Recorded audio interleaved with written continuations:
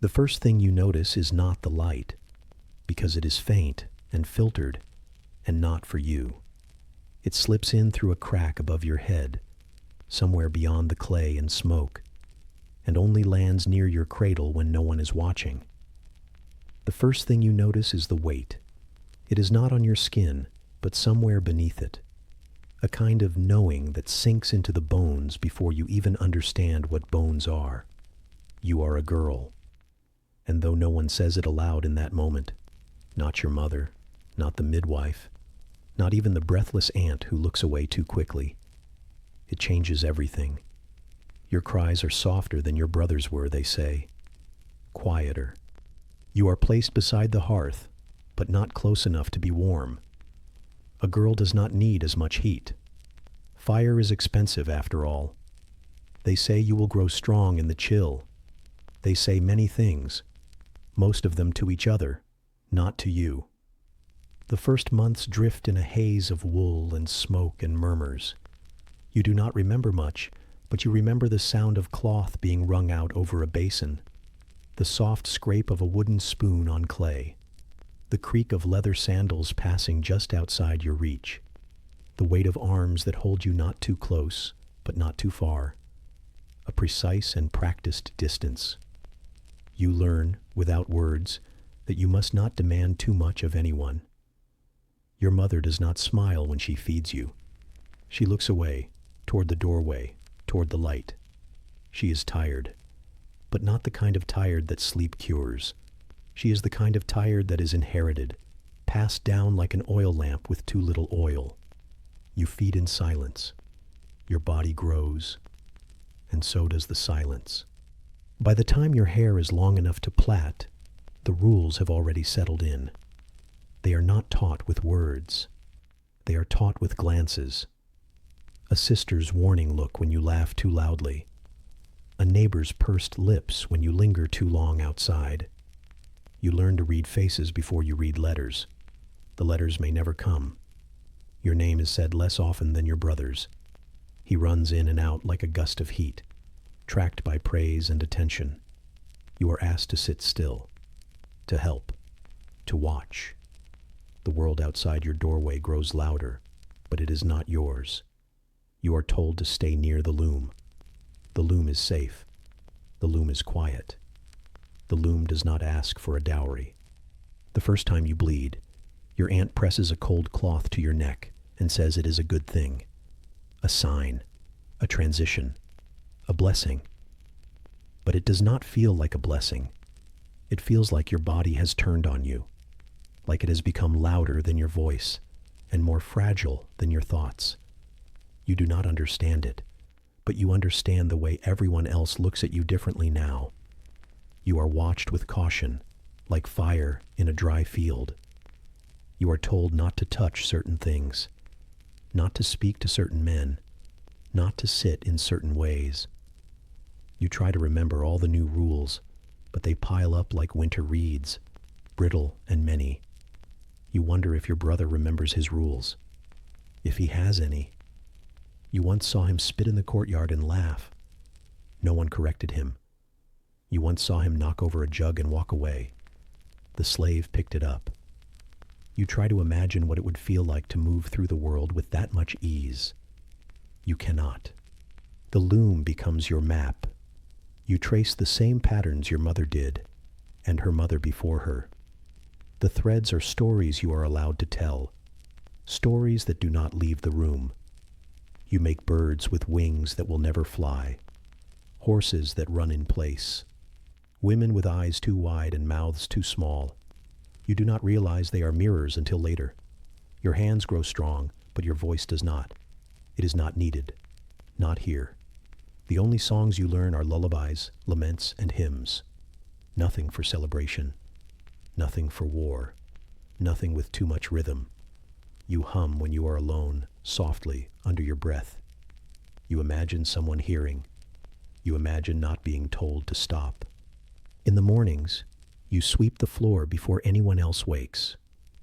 You learn the shape of the dust before the light reaches it. You listen to the rats under the wall and know which ones are boldest. You place your feet quietly, Because the boards remember footsteps, and someone always hears.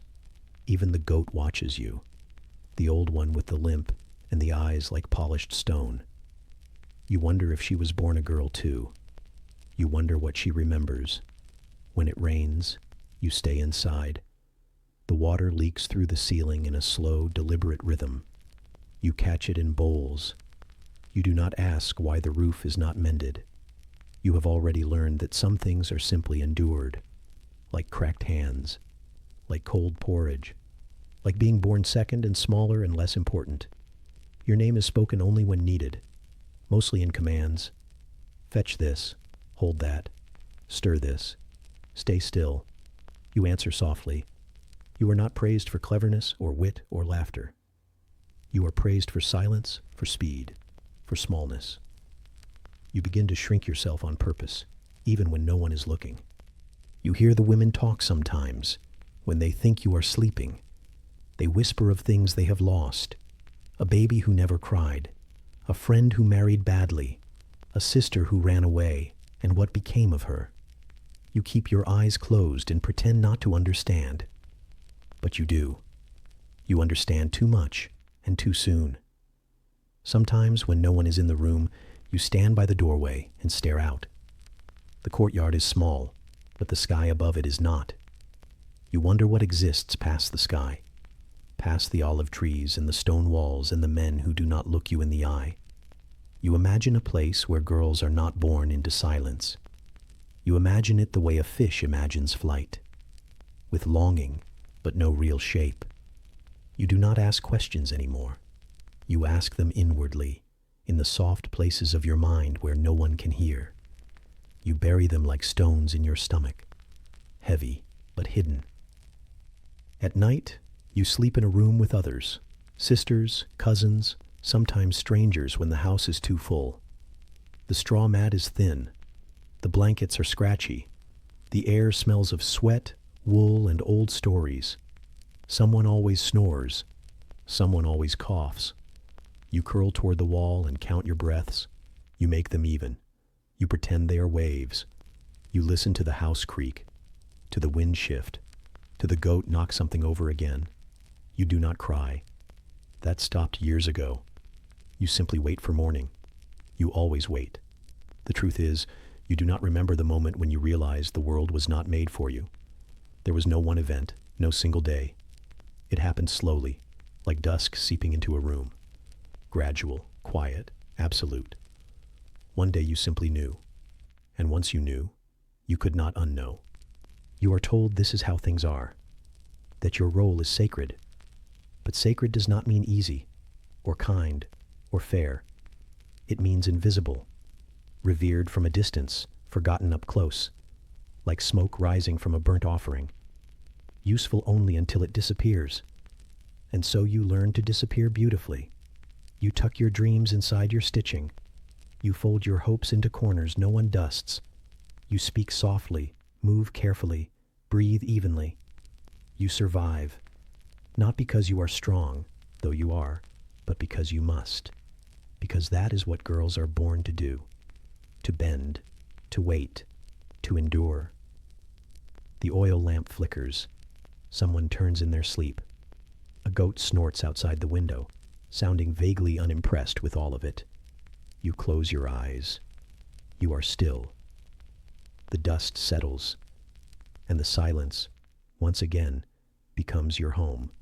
The silence lingers from before, not just the quiet of a house gone dim for the night, but the quieter hush that sinks deeper into the folds of cloth and the creases of skin. It has followed you since the first breath you drew under low ceilings and judgmental eyes. It clings like dust, fine and unshakable. And even now, as your limbs twitch in the early moments of awareness, it whispers again, "Be still." They bound your arms when you were still soft as dough, swaddled you tight as a scroll that must never unfold.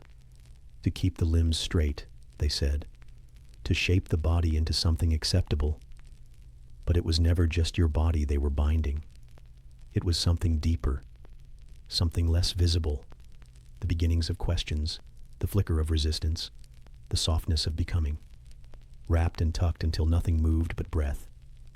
You learned early what it meant to be held, not gently, not freely, but firmly, securely, restrained. The linen wraps itched where they pressed against your skin, but no one asked. They only checked that the cloth remained tight and the arms stayed pinned. They said it would keep you from growing crooked. But there are many ways to grow crooked, and only some of them show in the bones. Your mother tightened the bands with a precision that bordered on art. She didn't meet your eyes while she did it. Her hands worked with the practiced numbness of someone who'd once been wrapped just the same. The cloth passed down through generations, as if it too remembered. There were stains that never washed out, threads that frayed just enough to speak of years. And when it was your turn, the same folds were made, the same knots tied. Some days, it felt like the swaddle never truly came off. Even when you were older, unbound, able to move, something unseen still held you.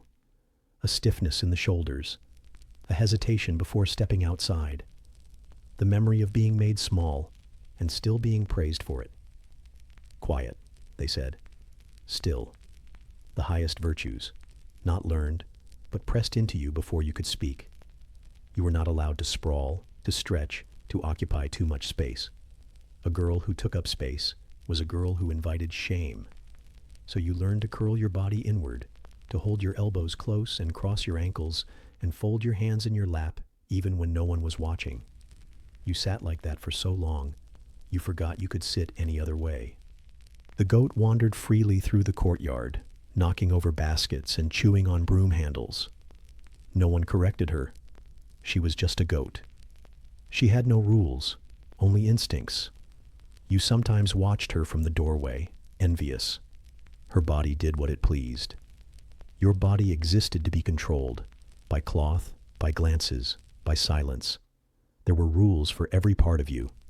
How to braid your hair, not too high, not too loose. How to step through the doorway, not too loud, not too fast. How to carry a jug, balanced, graceful, without drawing attention. You were told these rules without words. They were given in the shape of frowns, in the tightening of lips, in the sudden stillness of a room when you did something wrong, which was often, though you never quite understood why. Your brothers were not swaddled as long. They were unwrapped early, their limbs free to flail and grow wild. When they shouted, it was called vigor. When you shouted once, only once, it was met with silence so sharp it cut. You did not shout again. Instead, you hummed under your breath while kneading dough, quietly, so that only the air heard. The air always listened. It was full of breath that was not yours. Whispers, prayers, muffled arguments behind thin walls, and coughing. Someone always coughed. The neighbor, perhaps, or one of the older women whose lungs remembered damp seasons too well. Their presence was felt more than seen, like the rules, like the expectation that you would always understand without being told. You grew into a life that had already decided what you would be, and even your body seemed to comply, hips widening for children not yet born, hands roughening from the loom and the wash basin. You were praised for not complaining, for enduring quietly. You became skilled at silence, skilled at folding thoughts into corners, at tucking them behind your ribs, where no one would find them. On feast days, the house became loud with men's voices and women's footsteps. You did not join the feast. You helped prepare it. You served. You stayed near the door. You were part of the room, but not of it. When the men laughed, you lowered your eyes. When they argued, you disappeared into the background, as though your body had learned to fade at will. A useful skill. A survival skill. The baby next door was born with a crooked leg. They say the swaddle came loose in the night. A cautionary tale. Not about the leg, about the looseness. About what happens when care slips, when rules aren't tight enough. You tried not to think about what else might grow crooked when no one is looking. You tried not to look at yourself too closely in the water basin. Your reflection always felt like a stranger. Someone quieter than you felt. Someone who had accepted everything more easily than you meant to. Her eyes were yours, but softer. Her shoulders sloped from years of shrinking. You reached for her once, but your fingers only found ripples. The basin didn't like questions. At night, the blankets scratch against your shins, and the straw pokes through the mattress. Someone mumbles in their sleep. Someone breathes with a wheeze.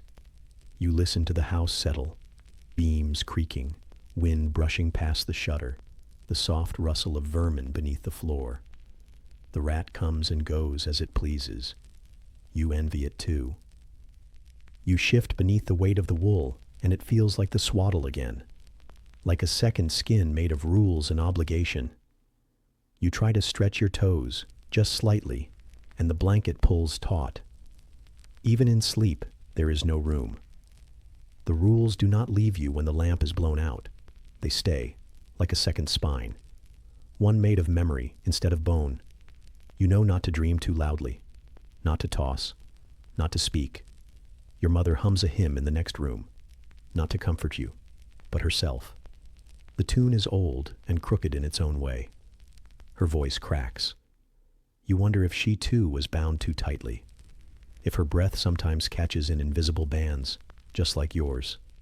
When you finally fall asleep, it is not rest. It is something closer to surrender. The blankets become bindings. The dreams come slow, shaped by the same hands that shaped your waking hours. You see thread, cloth, the corners of rooms, the quiet curve of your mother's back turned away. And still the silence holds. Even in dreams, you are careful. Careful to not move too much. Careful to stay small. Careful not to forget. The swaddle may be gone, but the rules never are. And in that stillness, just before you drift completely, you hear the softest sound. Not a footstep, not a breath. Just the whisper of linen against skin. A reminder, a memory, a promise that the rules will be waiting when you wake. The light in the room is not light, not really.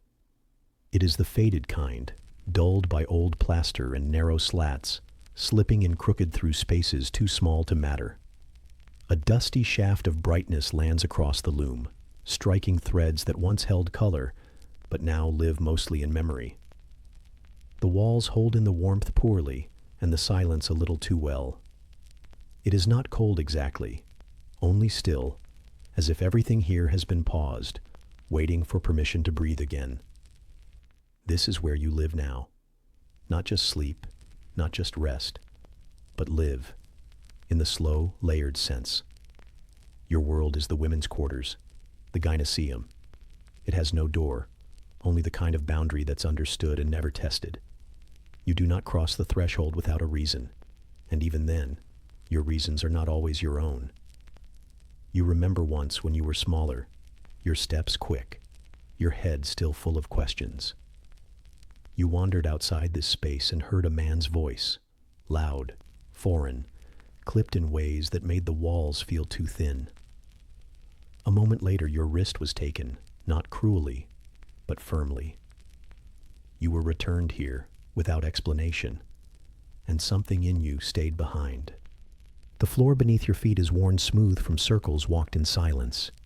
Your sandals, such as they are, flap softly when you move, though you've learned to move less now. Every task is meant to anchor you, spinning, weaving, folding, scrubbing. One thread pulled, then another, over and over until your fingers forget they ever knew another rhythm. Time passes differently here, not by bells or meals or stories, but by the length of the thread left in the basket and the shadow on the far wall. Voices hum in the background, soft as a lullaby, though not meant to soothe. They are the voices of older women, sometimes sharp like broken pottery, sometimes smooth like olive oil over dry skin. They speak of things you are expected to learn without being taught. How to cut fabric without waste. How to recognize a false smile. How to keep a secret even from yourself. There are other girls here too. Some younger, their giggles still untrained, ringing too brightly before they are swallowed by a glance. Others older, quieter, bearing the shape of obedience in their posture. One sits by the corner with a spindle in her lap, her eyes unfocused, her hands moving from memory. You do not know her name. You've never needed it. The air carries with it the scent of old linen and olive oil, sometimes vinegar. It clings to your skin the way expectation does. Lightly at first, then all at once. You have grown used to it. You rarely notice. Until you step beyond the curtain to carry something to the kitchen and the scent of open air, of smoke and sheep and morning bread, reminds you there is another world beyond this one. You inhale a little too deeply, and then you return. The walls here are not high, but they are thick, not of stone, but of silence. They keep sound in more than they keep it out. You hear things, always. The rattle of carts on stone, the slap of sandals outside. Sometimes the deep-throated laughter of men, too distant to understand but close enough to remind you. The world beyond this space is louder, freer, and not for you. At night, the sounds change. Softer, yet stranger. Wood creaks in ways that feel intentional. The wind whistles through clay tiles. A mouse scuttles across the beams, or something that pretends to be one. You pull your blanket tighter, though it is never quite enough. Not for the cold, not for the thoughts. You were told the Gymnasium is a place of safety, of order. And in some ways, it is. The world here is known. The patterns repeat. There are no surprises. But it is a safety like being wrapped too tightly. Secure, yes, but breathless. Every movement you make feels observed, weighed, folded neatly, and put away. Even your dreams learn to behave eventually. Sometimes you press your ear to the thin wall that separates this space from the andron, the men's quarters. The sounds there are not soft. They echo. Cups raised, stories told, arguments thrown like stones across a dry field. You cannot hear the words, only the weight of them. The shape of a world built with noise. You have tried to imagine what that space looks like. Richer, perhaps, wider. The floor swept more often, the oil lamps less smoky. There is probably wine. There is definitely laughter. Not the hushed, guarded kind, the kind that forgets its own volume. You wonder what they speak about. War, perhaps, or poetry. Your hands carry the memory of thread. Even in sleep, they curl slightly, as if holding invisible spindles. They ache sometimes, not from work, but from repetition. The kind that leaves no mark except the kind others expect not to see. Outside, the sun moves without you. It enters this room only as it chooses. A streak across the wall in the morning, a soft gold smear by afternoon. You've learned to tell time by it.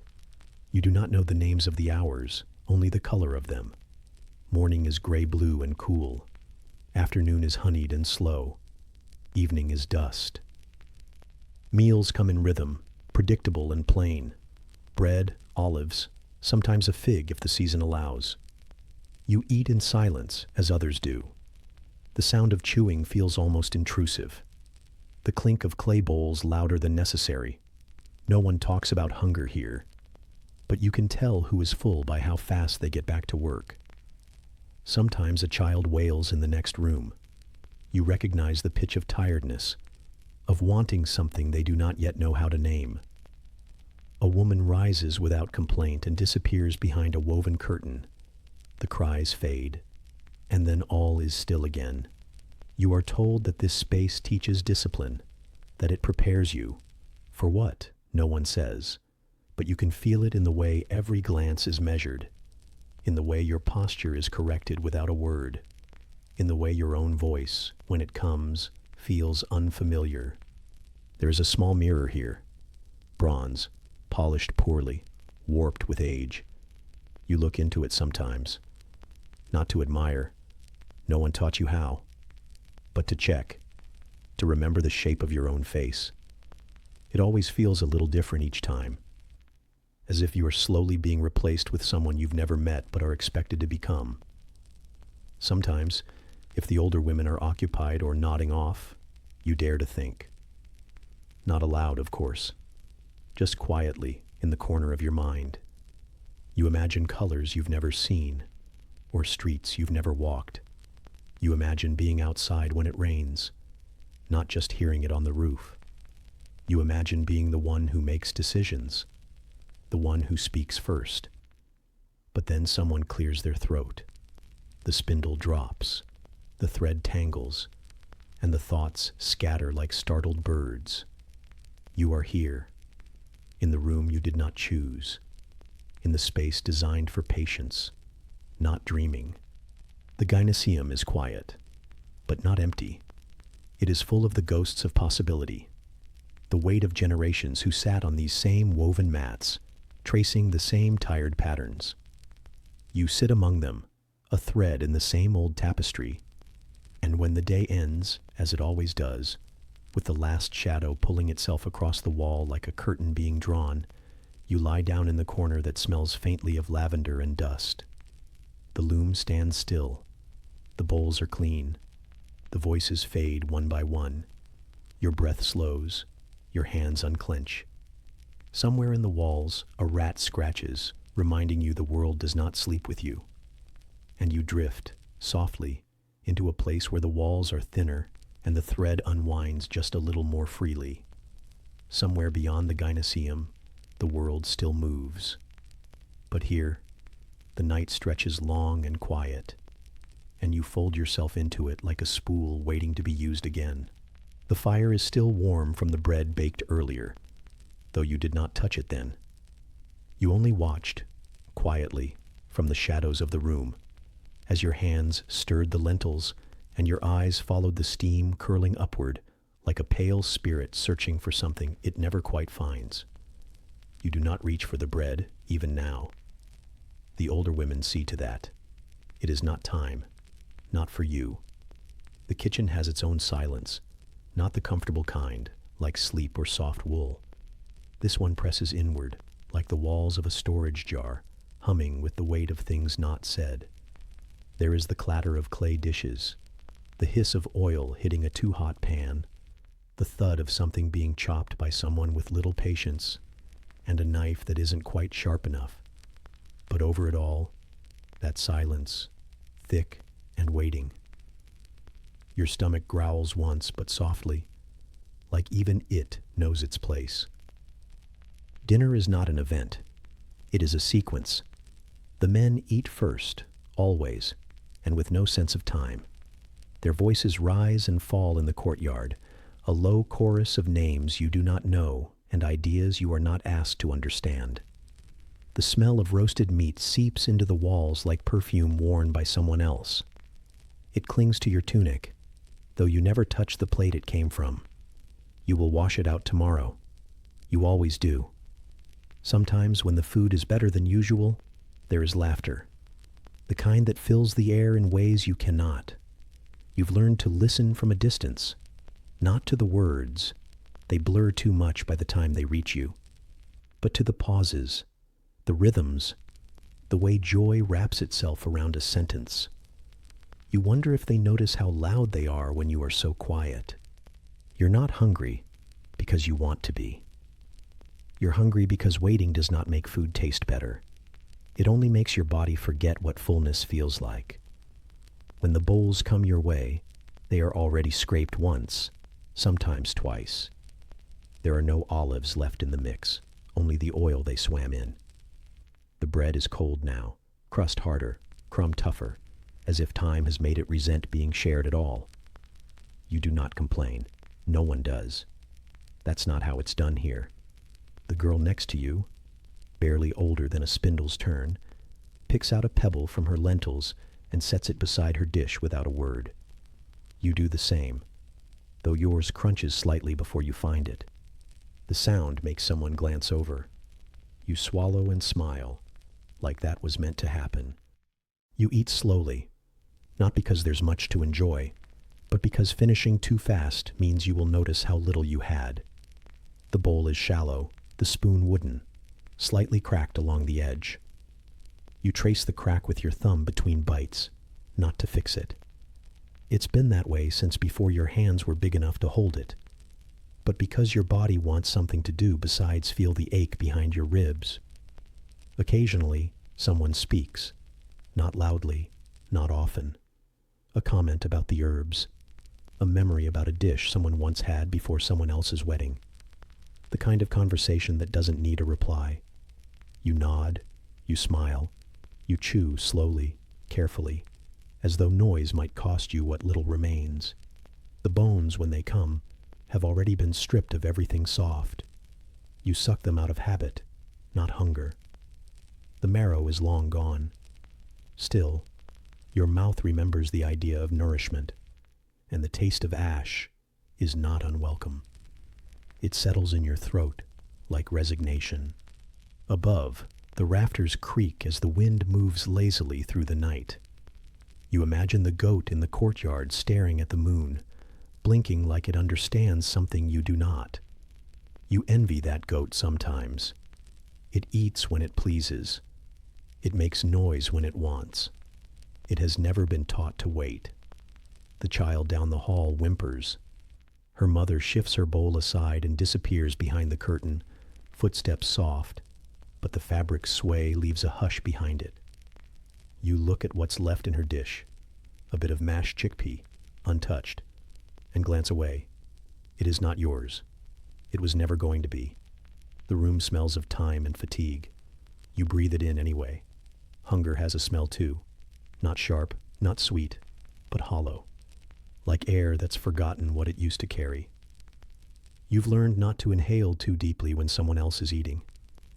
The scent of garlic on another's breath only reminds you of what yours didn't get.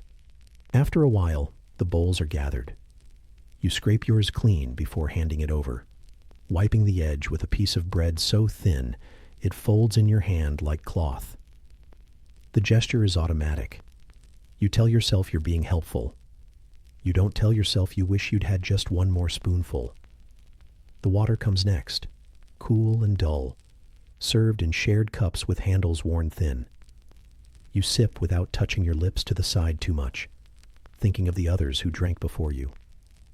Someone coughs across the room, the dry kind, the kind that sits in the chest for weeks without leaving. You drink anyway. You always do. Outside, the men are still talking. One of them claps his hands sharply. Another bursts into laughter, as though the world has given him more joy than it knows what to do with. You listen, half bitter, half bored. You've learned to feel full from other people's stories, or to pretend to. When the food is cleared and the fire dims, you help clean. The basin water is tepid now, the oil from the bowls floating on top in thin rainbows that shimmer like lies. Your hands move quickly, scraping, rinsing, drying.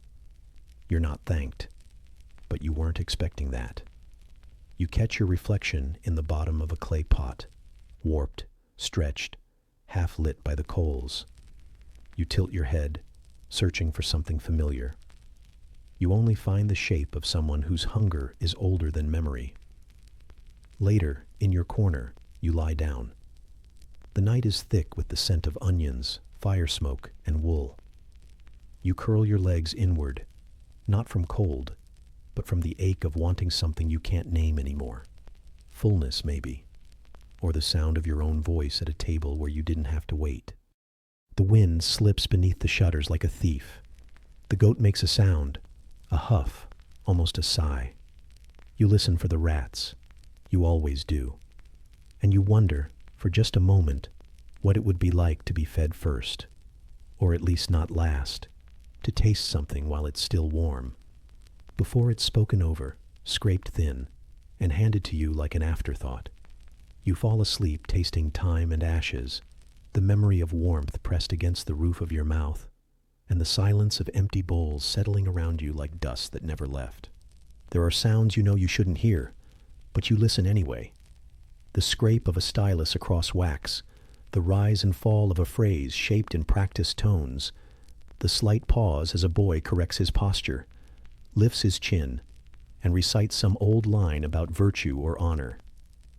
The words drift through the cracked door like the scent of baking bread, tempting, not for their meaning, but because they are not meant for you. You are not supposed to know the shapes of letters, nor how they press against one another to form thought. Thought is a luxury best left to those whose tunics are less coarse, whose feet roam freely, whose daily rituals do not involve lye and laundry and the pricking of fingers on endless thread. Still, you learn by accident, by leaning against cool plaster walls and following the rhythm of phrases you don't fully understand. You learn from shadows, the way your brother's head tilts just before he recalls a difficult phrase, the way the teacher's hand flattens on the table when patience thins. You mimic the cadence, the lift and fall of breath, long before you dare to imagine what the words might mean.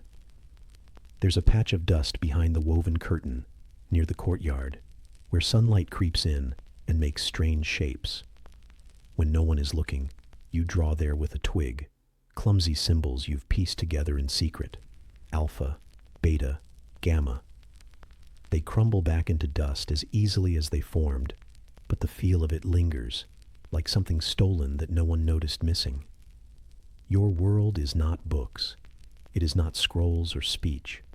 It is boiling water and salted hands, the weight of amphorae and the creak of baskets across your hips. It is knowing when to lower your eyes and when to raise them just enough to see without seeming to look. And yet, some part of you watches the boys as they gather for instruction, all knees and elbows and exaggerated confidence, and you wonder how it might feel to sit on the stone bench instead of sweep beneath it, to ask questions and not be punished for curiosity, to look a grown man in the eye and have him answer you without a pause, without a glance to your father, without a reminder of your place. Your place is not there.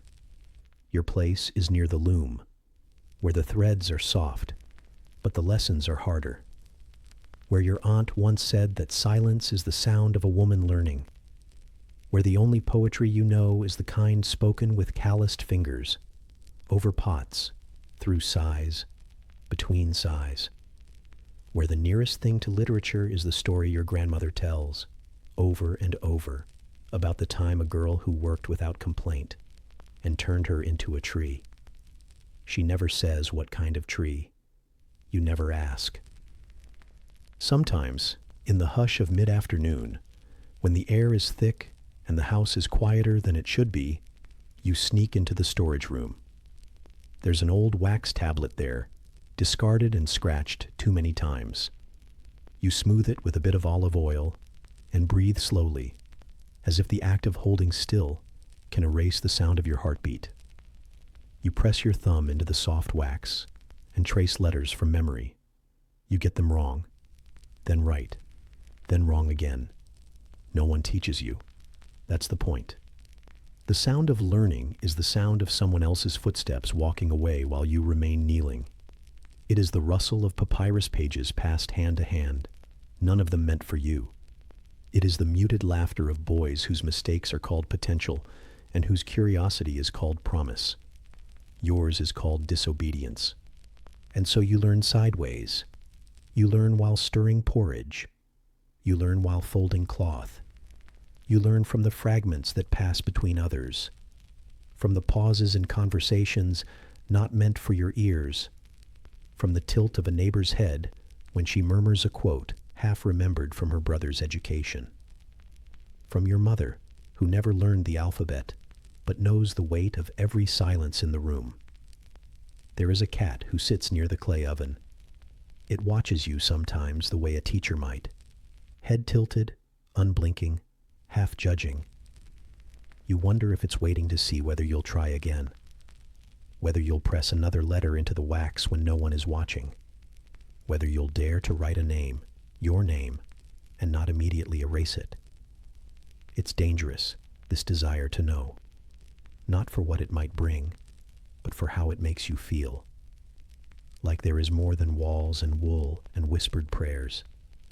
Like the shape of a thought could be traced, remembered, preserved, even if it's only in your mind. Your father speaks of philosophers sometimes, not to you, of course, to other men, men who drink too much and argue over meaning. He speaks of Socrates as if he knew him, as if wisdom were something that could be passed down like a tunic or a set of bowls. You wonder if any of those men ever thought about the girl who swept the floor while they debated the soul. Probably not. But you think of her often. She might have been like you, listening, always listening, but never allowed to speak. There is a story your cousin told you once. A woman, somewhere far away, who dressed as a man and joined the academy, who studied scrolls and out-argued the brightest minds, who lived for years without anyone guessing. You hold the story in your mouth like a stolen fig, sweet, dangerous, fleeting. You don't believe it, not really, but you want to. You want to enough that it almost feels true. The day your brother recites a speech from memory and is praised for it, you are handed a basket and told to fetch more olives. He is 13. You are 12. He is learning the history of men who built cities. You are learning how to spot mold on fruit. He is called promising. You are called helpful. He looks bored with praise. You bite your tongue until it tastes like iron. You try to remember the speech he gave, the cadence, the rhythm. You mouth the words silently behind the fig tree, pretending they're yours. Pretending someone might nod at you, just once, and say, "Yes, you understand." But they don't, and they won't. Instead, you learn how to disappear in a room, how to hear without reacting, how to hide wonder beneath chores, how to trace questions into the palm of your hand and then wash them away with the morning's water. You learn how to press yourself flat against expectations and pretend the ache in your chest is merely indigestion. The sun slips past the courtyard and the shadows stretch like old limbs. You hear the boys reciting again, new lines, new voices. You do not recognize the words, but the shape of them is familiar now, a kind of longing made real through repetition. You trace a letter into your thigh with the edge of your fingernail and press just hard enough to feel something. In time, the sounds fade. The house creaks into stillness. You return the wax tablet to its place behind the baskets and smooth the dust with your hand. Your name is gone again. That's the rule. Nothing of you remains where others might find it. But you remember. You always remember. And memory, you think, is a kind of learning too. Somewhere outside, a goat bleats once and then falls quiet. A breeze stirs the edge of the woven mat. You curl your fingers into your palm and imagine what it would feel like to hold a real scroll, to read aloud, to have the silence wait for your next word. But instead, you sleep. And in your dream, the letters write themselves. The loom waits in the corner. It has always waited. In the gray morning stillness, before the voices begin and the bread is broken, you can hear its quiet presence, a wooden hush beneath the sounds of breathing and the low groan of walls cooling from the fire's slow death. You sit cross-legged beside it. The floor is hard, but not unfamiliar. Dust has softened its stubbornness, and your body has learned to fold the way your mother's did, and her mother before her, knees tucked like bundled cloth, spine straight like spun flax. You do not need to be told to begin. The thread calls softly, the way water hums in clay jars when no one listens. You pull the wool between your fingers, rough at first, then warmer. It resists you, then yields. That is the rhythm of your world, not one of ideas, but of textures, not of choices, but of patterns. There is no need for thought here. Thoughts are the luxury of men reclining with wine in hand, debating war or poems or politics they will not bleed for. Your world is quieter. Your mind is something to be kept still, folded neatly, tucked behind the rhythms of your fingers. If it wanders, it must wander inward, toward the feel of the spindle turning, the weight of your hair against your neck, the scratch of wool against raw winter skin. You wind the thread carefully. Again. Again. The room is silent, but not empty. Behind you, someone exhales in sleep. The younger one, maybe, still tangled in dreaming. A rat clicks somewhere under the floor. A neighbor coughs through thin clay walls. And in the yard, just faintly, the goat lets out a breath too, knowing for an animal. You work. Your hands move with memory more than thought. The warp, the weft, the passage of the shuttle. You do not name these things aloud. The words are not yours to say in open air. They exist in muscle, not in mouth. To speak them would be like whispering the shape of your breath. Useless. Too soft for the world to care. Some days you wonder if the cloth itself remembers. If the thread knows more than you do. If each line you weave carries a piece of your spine, a stretch of your silence. You wonder, but not deeply, not aloud. Wonder is dangerous. It frays too easily. Instead, you count. Not numbers, rows, inches, hours. You count in the stiffness of your back, in the fading lines of sunlight across the room, in the number of times your foot has cramped and been ignored. You count by the ache in your neck when you finally lift your gaze and realize the shadows have grown long and no one has spoken your name in hours. Still, you work. Once, when you were younger, you asked why the men didn't weave, why their fingers didn't carry thread. The answer was silence, a long, wide silence that swallowed your question whole. You learned then that some things are not asked, not because they are forbidden, but because they are already forgotten. And so your fingers kept learning, and your voice stayed small. Your mother taught you the tension of thread the same way she taught you how to avoid a man's gaze, with quiet repetition, with a hand on your wrist when you pulled too tightly, with a glance when your knots grew uneven, with the sharp edge of a loom's corner pressed into your hip when you leaned too close. The loom teaches more gently now. Your body has learned not to resist it. You wonder if the threads of your cloth matter to the fates who spin the world. You wonder again, softly, only softly. The cloth grows beneath your hands. It is not beautiful. It is useful. It will line someone's cloak, or warm a baby you may never hold, or wrap the body of someone whose name you do not know. And still, you work. Outside, the light shifts. It is not quite noon. You can tell by the way the goat has stopped sighing, and the child has begun to cry in the neighbor's home. The walls do not change, but the sounds do. The world speaks in patterns, and you have learned to listen. A breeze finds its way through the wall's crack, and with it, a smell, bread, barely risen, charred at the edges. Someone is lucky today. Not you, but someone. You pause to breathe it in, not to hope. Hope is too dangerous for longings so small. You breathe it in only because it's different. The thread pulls taut. You return to your rhythm.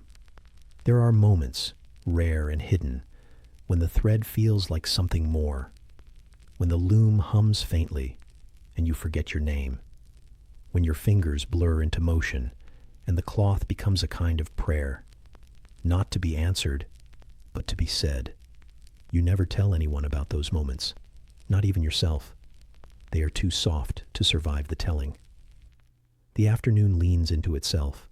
The shadows have moved. Your arms are tired. You glance to the side and see your sister's spindle lying forgotten.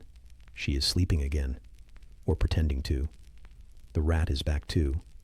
You can hear it near the storage pit, bold now. You do not care. It is not your grain. The thread tangles suddenly, a knot forming where your attention drifted. You do not curse.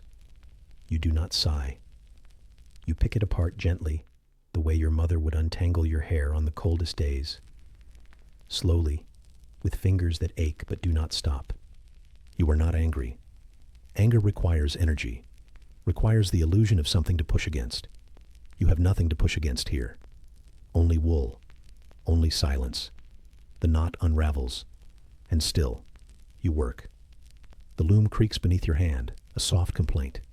You press your palm against its side, not in comfort, just to feel something solid, something that stays. There are not many things that do. Your thread, your breath, the groan of the loom. These are what remain. Eventually, someone will call for you, for food, for water, for another task to be done without thanks. But not yet. For now, the thread is yours. The silence is yours. The ache is yours. You lean forward. Pull. Wind. Knot. Outside, the world moves without you. And inside, the loom waits. It always waits. Just like you. And somewhere in the slow quiet of that waiting, the day fades. Like worn wool pulled gently from the frame, soft and unraveling into dusk. The thread slips loose from your fingers. You do not speak. You do not sigh. Instead, you press your lips together, lightly, like folding a piece of paper in half. Soft and forgettable. The loom creaks as you lean away from it, but even that sound feels too large in the quiet that surrounds you. A quiet made not by peace, but by years of training, by lowered voices and careful glances, by the way the women here move like mist, present, but never center, breathing, but never loud. You have learned this silence the way others learn music, one quiet note at a time. Not all at once. Never all at once. It begins when you are small, when your voice carries too far across the courtyard and someone, an aunt, perhaps, or the neighbor with the long shadow, glances your way and says nothing. Just that glance, long and low and heavy. It wraps around your throat and settles into your bones. You don't understand the message then, but you receive it anyway. So you speak more softly the next time. Not because you're told to, but because it feels safer. Because it's easier to be the breeze than the storm. In the women's quarters, no one yells, not even the angry ones. Anger simmers here. It does not boil. It simmers in kneading dough too hard, in brushing a child's hair too roughly, in the way the loom is struck just a bit too hard at the end of a row. Words are sharp, but they're whispered. Hisses, not roars. You learn to read tone more than volume. You learn to flinch at softness, not loudness. You learn that quiet can cut too. Sometimes you wonder what your voice used to sound like before it grew so careful. Was it high and bright? Did it bounce across rooms without asking permission? You try to remember, but memories of sound fade quickest. It's always the textures that stay, the weight of wool in your lap, the taste of ash in morning bread, the way your tongue sticks to the roof of your mouth after hours without speech. The quiet isn't constant. It shifts like shadow across stone. It changes depending on who's near. When men pass through, your voice folds in half. When elders speak, you nod instead. When another girl enters, your voice uncoils just slightly, brushing against shared silence like two damp leaves in the same breeze. You do not shout. You do not laugh the way children do in the stories men tell. You laugh like you might get caught. Your words are rationed, like bread, like light. You keep some stored behind your teeth for the moments that matter. A warning, a comfort, a whispered dream beneath wool blankets when no one else is listening. You say what you must. You swallow what you can. Even prayers are whispered. Even curses. You've learned to shape your tone like cloth, folding, tucking, smoothing edges. You can say more with your eyes now than your lips ever dared to. A glance can mean stop. A breath can mean danger. A lifted brow can carry all the weight of a story you were never allowed to tell. At night, when the others sleep and the fire dims, your voice sometimes wanders out again, in hums, not words. Quiet melodies passed down by no one and remembered by everyone. You do not sing. You exhale sound, like steam from a cracked pot, like something that was meant to vanish before it could be traced. You speak to the walls then, to the cracks in the ceiling, to the mouse you suspect has made a home in the basket of old linen. None of them answer, but none of them tell you to hush either. There's a girl here, younger than you, who still forgets. She speaks too brightly, asks too much. You see the way the older women glance at her, the way they let her questions float unanswered until they lose their color and drift into stillness. She will learn, you think. They always do. They say that silence is virtue, that quiet is grace, that women are more beautiful when they do not fill the air. You wonder what beauty costs. How much silence must be sown into your lungs before someone calls it goodness. When the men gather, their words roll down the hallway like spilled grain, loud, careless, certain. You hear names you do not recognize, ideas you will never be allowed to correct. They speak in full breath, wide and full of certainty. You press your ear to the wall and imagine what it would be like to interrupt. Just once.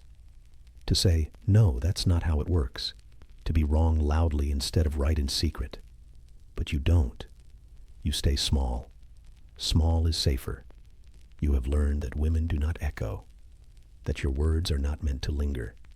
You learned it the day your grandmother's stories stopped being repeated, the day the neighbor's laugh faded after her husband died, the day your own questions stopped being answered with anything but tired smiles. And still, you whisper. You whisper your hopes to olive trees. You whisper your worries into folded cloth. You whisper your name into dark corners just to make sure it still belongs to you. It's not that you have nothing to say. It's that you've learned not to say it. Your voice lives behind your ribs now, folded, waiting. Sometimes, at night, you dream of shouting, of standing in the courtyard and letting every thought you've ever bitten back pour out in one long, impossible river of noise. You would be a storm, a song, a bell rung from the center of the city that refuses to stop. But when you wake, the dream is gone, and your mouth is closed, and your breath is shallow, and the rat is scratching beneath the floor again. The day will begin soon. You will speak only when needed, and only then, just barely. And if the world forgets your voice entirely, well, it never really wanted to hear it, did it? The fire cracks in the distance, and the silence folds itself around you like an old, familiar shawl, thin, but warm enough. Just enough. The blood comes like a whisper, though it feels like thunder, not all at once. First, there is a heaviness in the pit of your belly, a sensation that seems too ancient to name. Then there is warmth, then dampness, then silence. You are not surprised. You were told this would happen, but you didn't expect the world to notice. And yet, somehow, it does. The air seems different now, not cooler or warmer, just more watchful. The quiet spaces in the house, the corners you once folded into, begin to recede. You are still in them, but less freely. You move with caution now, not because your body is fragile, but because the eyes around you have sharpened. The same eyes that once passed over you now measure you, not in kindness, not in care, but in value, in timing, in consequence. Your mother notices first.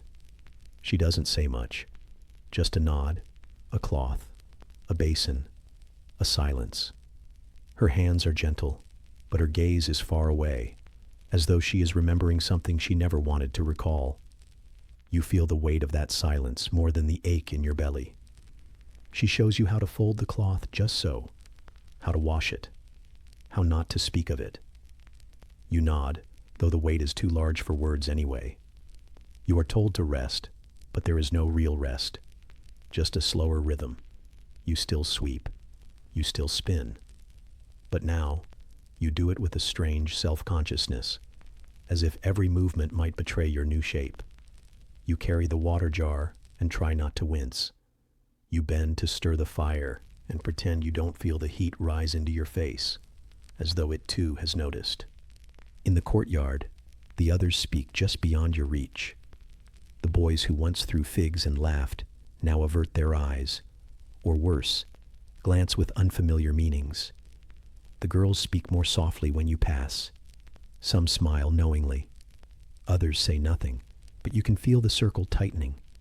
You are inside something now, and also outside something else. The bleeding comes in waves, quiet and certain.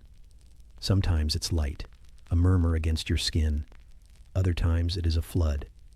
You learn quickly how to fold, how to hide, how to clean. No one speaks of the pain, but you come to know it like an old shadow. The cramps, the soreness, the strange fog that creeps into your thoughts. You walk slower. You smile less. You learn to hold your stomach with one hand and your silence with the other. There are rules now, invisible ones. You cannot enter the shrine on those days. You cannot prepare certain foods. You cannot touch certain things. No one says it cruelly. No one says it at all. It is simply known. The world has placed a curtain around you. You live behind it, blinking slowly, trying to remember the shapes of things before it fell. You begin to notice the way others walk around you. Not out of the way. No, not with deference, but as if you carry something they don't understand and would rather not touch. Even the goat, the one with the crooked horn and eyes that always lingered too long, seems less amused by you now. She huffs when you pass, as if your scent has shifted and she does not approve. Your linens must be scrubbed in private, your cloths boiled when no one is looking. There is a corner behind the cistern where you go to rinse them. It is dark and damp, and the stones are slick with moss. You kneel there, your back aching, your hands red with cold water and red with something else. You think of the stories, of curses, of purity lost, and none of it feels like yours. You do not feel impure, just tired. The bleeding becomes a calendar, a private rhythm, a reminder that time is passing whether you want it to or not. The older women watch you more closely now. Their glances hold arithmetic. When, how soon, what next? You are not a child. You are not a wife. You are not yet anything, but you are becoming. And that becoming is not yours to name. Your appetite changes. You crave figs and feel sick at the smell of garlic. You try to eat less, not because anyone tells you to, but because you feel full of something you cannot digest. A heaviness behind the ribs, not in the stomach.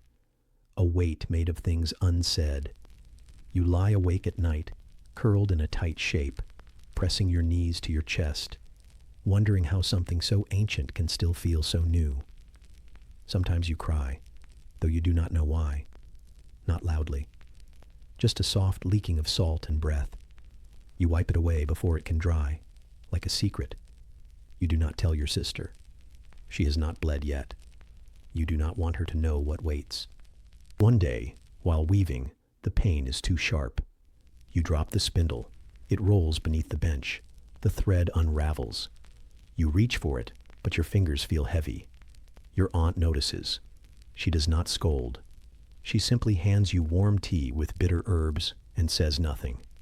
You sip it slowly, the taste like soil and old stories.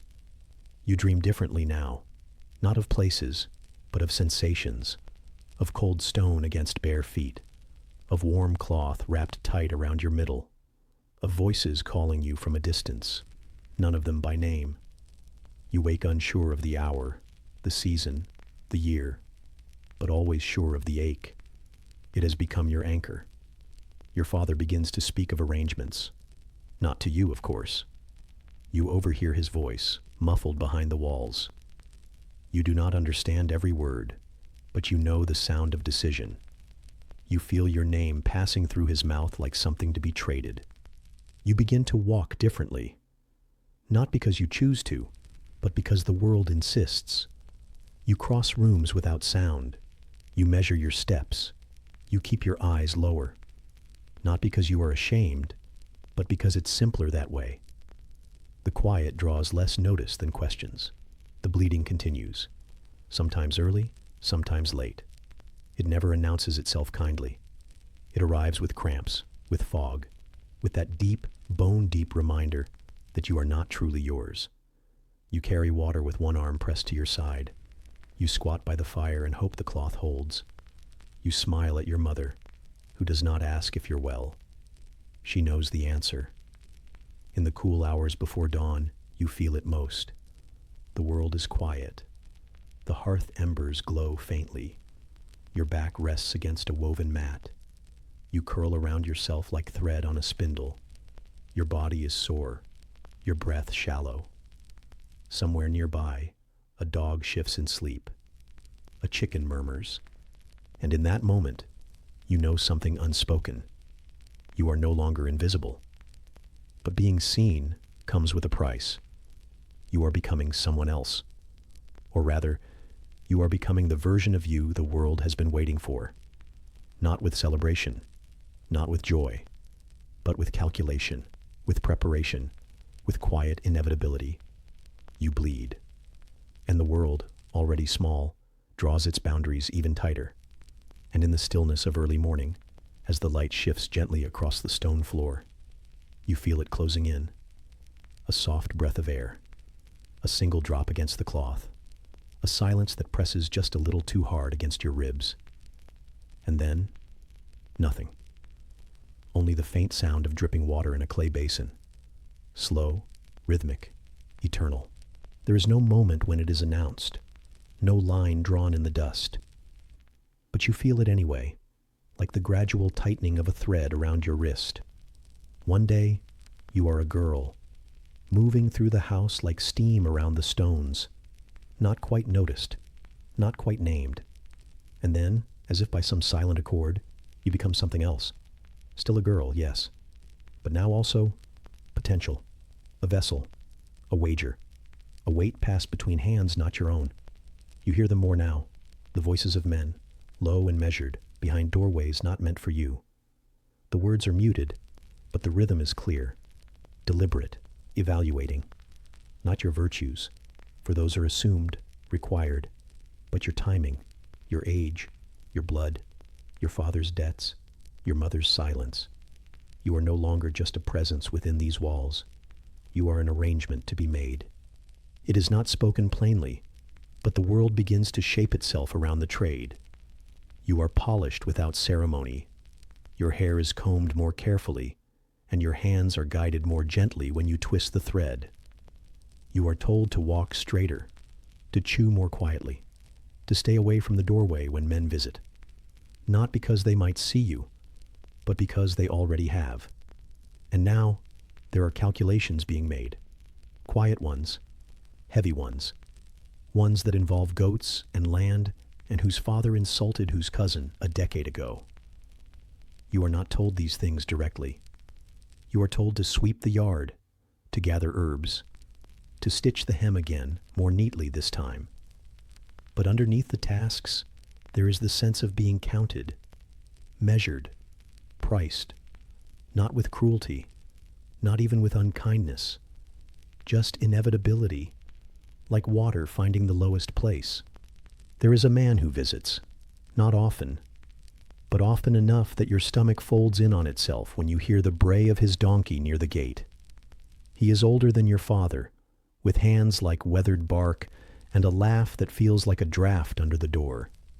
He never speaks to you, but he looks, not long, not crudely, just enough. Like a merchant examining a pot for cracks. Your mother watches the visits with a stillness that is louder than words. She stands by the hearth longer, stirs slower, hums less. When she glances at you, her eyes hold something tight and aching.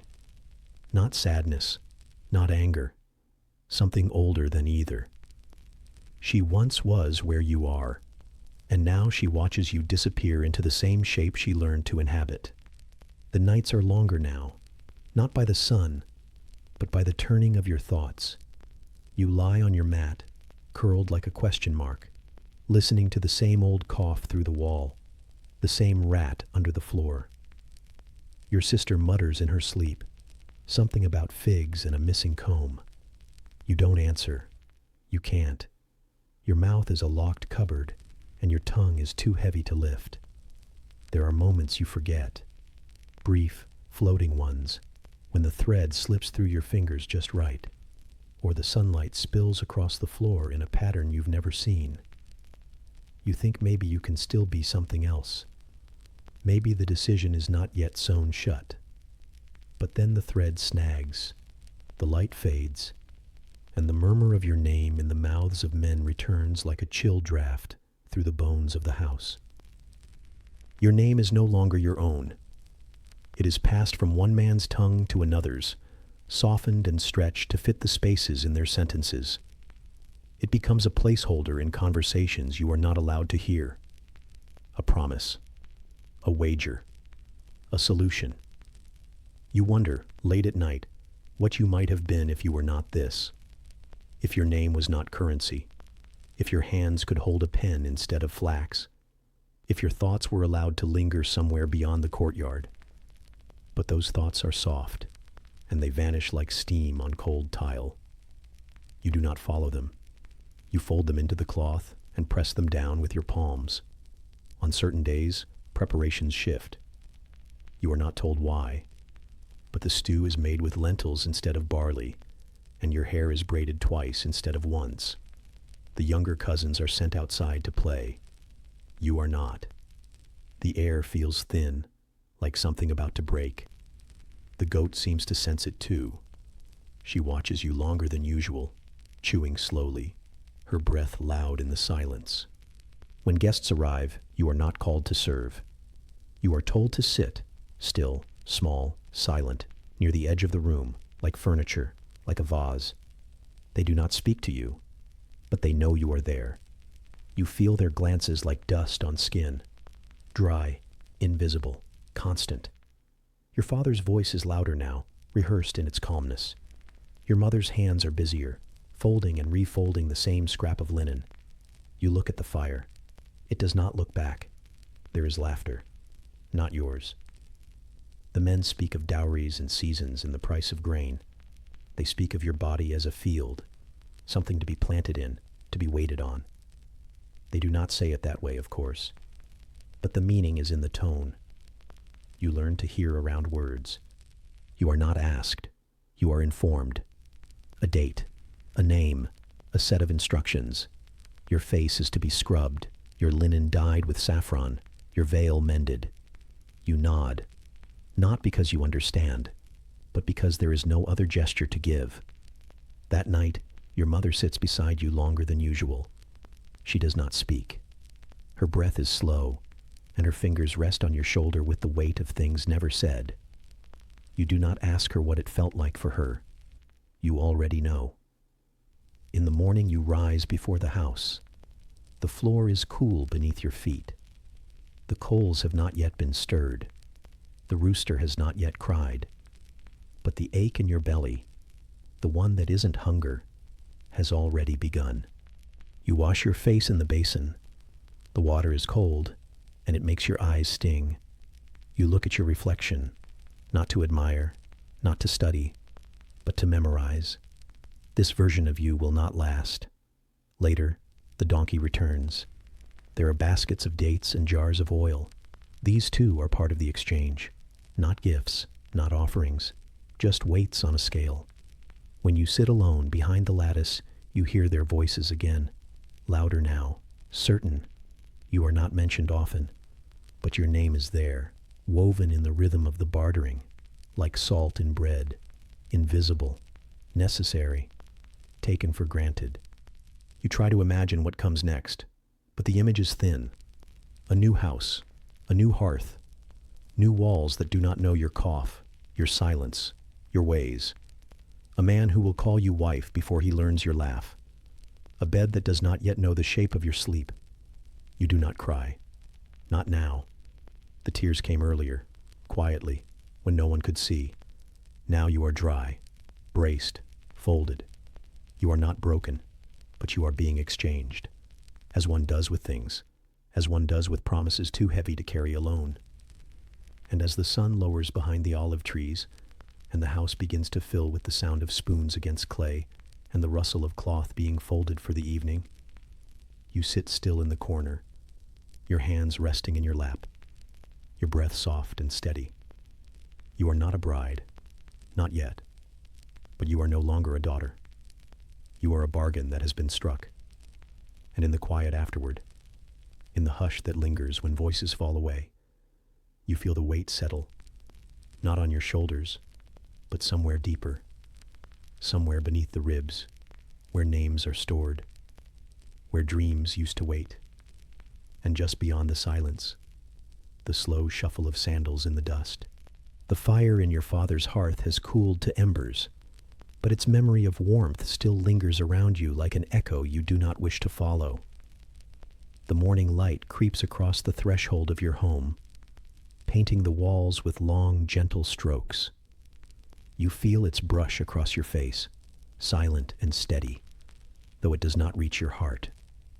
You move slowly, as if your body might spill something you have worked so long to hold tightly within. It is the day you leave this place, not with great ceremony or song, but with the finality of a thread cut clean. There was no trumpet at dawn, no chorus of neighbors, just the quiet hum of preparations, the soft clink of jars being lifted from shelves, the rustle of linens folded and refolded, your mother's breath steady as she attaches the saffron-stained veil to your hair. You stand before the wooden mirror, bronze polished until it almost betrays its age. You do not look at yourself. You study the reflection of the reflection, an uninvited echo of a person you are not yet sure you will become. Your tunic is too new, the threads too fine, the veil too light. Everything is designed to weigh you down, to keep you from drifting away. And yet you feel lighter than air, as if you could float and not notice until you were far from here. They come for you in silence, not to lead you away, but to guide you. A hand on the elbow, a basket carried without you noticing. You step into the corridor, and with each footfall, the tiles remember you differently. They whisper. They remember the daughter. Now they sense the bride. The corridor's walls are paper thin. You hear a cough behind the neighbor's door. A low murmur from your sister, adjusting her own tunic. Somewhere above, the rat scratches at a beam. Even the goat hesitates in the courtyard, as though it knows the shape of what is happening and doesn't want to look. You do not speak. Your mouth tastes like dust and saffron. You swallow and step forward. The courtyard is alight with flickering oil lamps, though the sun has barely risen. Lamps in clay bowls balanced on stones. The courtyard smells of baked figs, dry clay, and something that might be hope, pressed behind too many duties. You stand there, the new face of the household's future, but you feel like a question without an answer. There are guests, not many, but enough. Elder women whose eyes travel across the space, not at you, but through you, as if searching for a promise or a flaw. Men who nod politely, their eyes quick and decisive. They speak in murmurs, but you do not need to hear them to feel their purpose. Evaluation.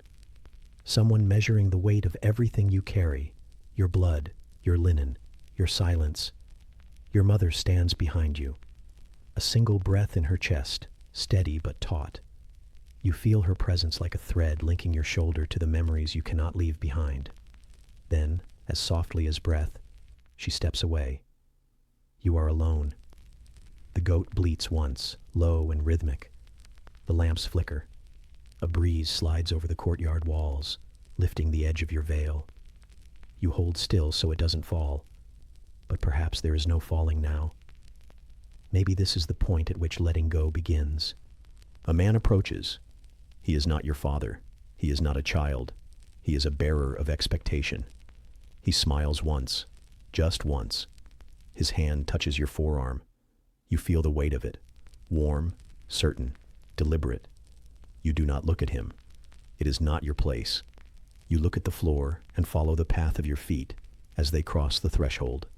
The street awaits in muted calm. Sunlight filters through olive branches. Dust curls against the walls.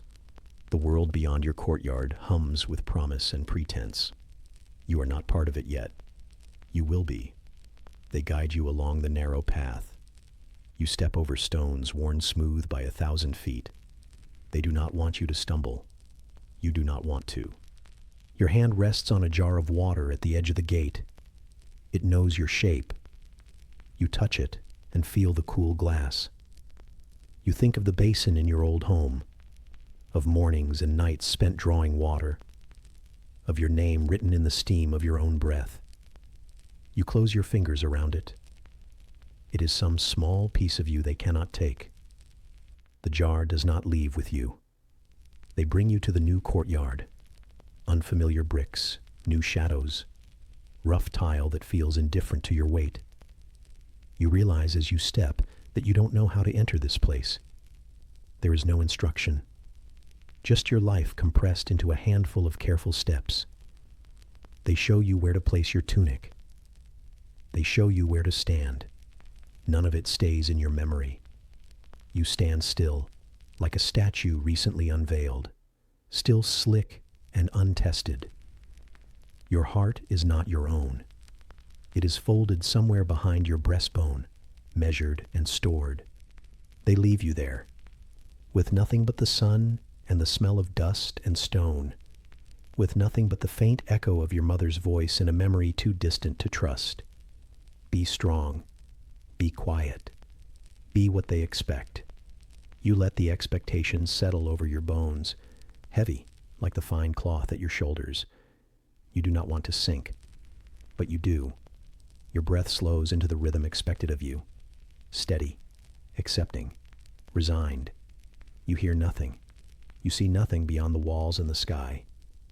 You think, this is not my home. Not yet. It is claimed, but not inhabited. It will learn the shape of your breath in time, or maybe you will learn the shape of its silence. One day, you won't feel the emptiness quite so keenly.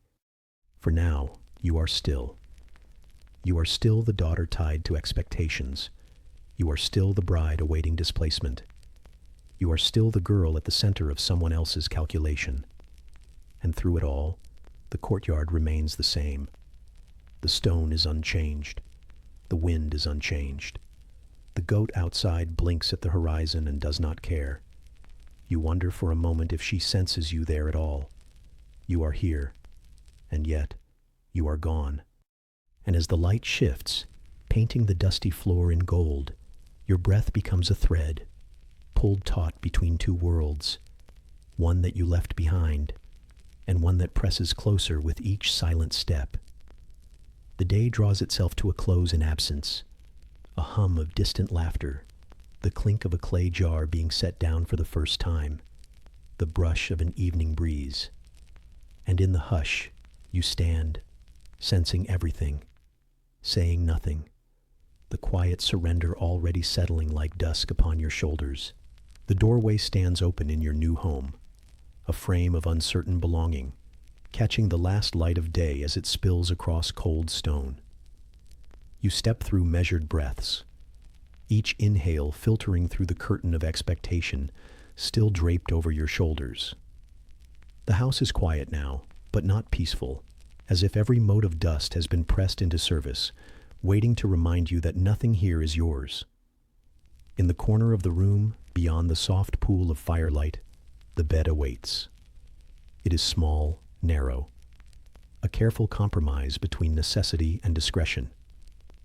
You do not know what acts will be done here, what life may be pressed into your body, what rest you might reclaim. You approach it with unfamiliar caution, as you would a hidden blade. The blankets are linen, bleached too many times and still too crisp, and the pillow feels unfamiliar against your cheek. You draw the cloth around your shoulders, still too light, still not enough, and crouch by the bedside. The rough scent of wool mingles with something you cannot name, fear, perhaps, or responsibility, pressed into thread. The air is thick. Even the walls seem to lean inward, turning over your shape in silence. Nearby, behind another door, the neighbor's cough begins anew, soft and resigned. There is a scraping, like nails on a board, and you tense. The rat you once thought a companion is now a reminder of what can scavenge in darkness. You shift on the floorboards, careful. You do not want to wake old memories or new ones. You lie down slowly, not to sleep. No, not yet. You lie down because leaving space is part of it. You turn your face to where the moonlight filters through cracks in the ceiling, carving silver stitches across your cheek. You notice the weight of the blankets, as if they were folded judgments, pressing just enough to remind your limbs that rest is optional here. Your body hesitates. You feel warmth and a strange vacancy. The idea of closeness now means duty, not comfort.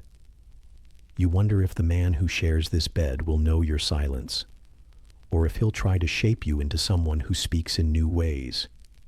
You wonder if your breasts, once firm and playful like a sister's story, will now signal something else. No one told you how to lie here. No one told you how to hold yourself between someone else's arms and not feel broken. You learn in the dark, in the absence of instruction. You learn the rise and fall of expectations, the weight of need that blooms in others and flattens you. The blanket shifts again. You are alone. Asleep, you might dream. Awake, it feels like surveillance. Something nearby breathes, not you, not human. Or maybe it is. A goat huffs at the door below. A neighbor whispers to herself in the hall. Somewhere, a jar cracks. You squeeze your eyes shut, as if sound cannot creep in if you do not witness it. You sense everything. Every shiver of wind, every brush of stone against cloth, every breath that is not yours. The bed holds you upright. It does not cradle. It contains. It sets a limit. You remember the beds back home. Woven rushes, piled blankets dipped in goat fat to protect them from mites, corners staked down so they did not move in the night. You remember the whisper of your sister's voice when she thought you slept, telling you how she dreamed you were free. You thought she meant from chores, but maybe she meant from expectation altogether. Here, in this narrow place, freedom is not permitted. Instead, purpose is pressed through your flesh. The bed becomes a harbor you cannot escape, a place you must return to, even when your breath trembles at the thought. You think you might cry, but there is no water in your eyes, only a dryness deep in your chest, like embers that cannot ignite. You draw your knees to your chest, arms wrapped around them, and breathe. The surface beneath you is firm, steady, unforgiving. You wonder if that is intended, whether your body is meant to become as still as the walls that cradle it. The room darkens further. Even the moonlight recuses itself, and only the faint glow of embers from a dying hearth seeps beneath the door. Shadows grow long and still beside you, as if something is staring. You are not sure you want to look. You lie in silence, training your breath to slow to the intervals of shadows moving across stone. Duty is taught in night's quiet moments.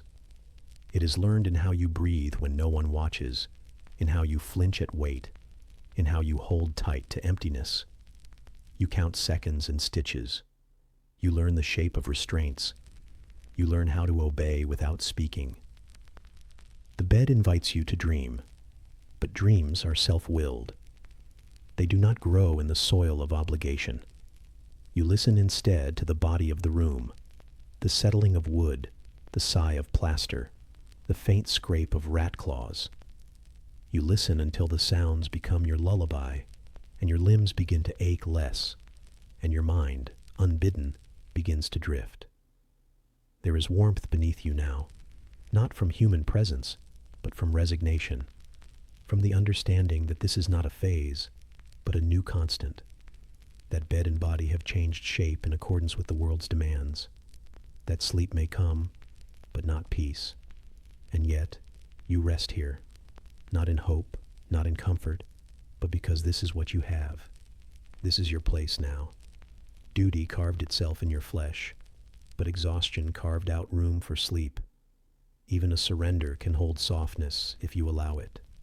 In the darkness, you drift, not into dreams, but into memory, of morning light, of cinnamon on bread, of fire embers that warmed both body and soul, You drift through each memory like a passenger carried downstream, never touching the edges. Something rustles in the corner. You tense, but it is nothing but the goat's distant cry, or a rat slipping out of sight. You exhale. Another breath passes through your lips. You exhale again, and again, until the room's silence welcomes each pause like old company. And you lie there, held by the weight of satin linen and expectation, learning to let darkness unravel the ache enough to become something softer, even if it isn't quite peace. The weight of quiet has changed. It used to feel like dust. Now it feels like breath held too long.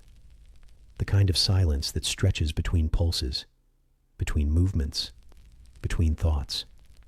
Your world is slower now, not from weariness, though you are weary, but from the dense hush of watching your body become something else, something not entirely yours. You sit by the hearth as the ashes curl like sleeping fingers, drifting into the same corner they always settle in.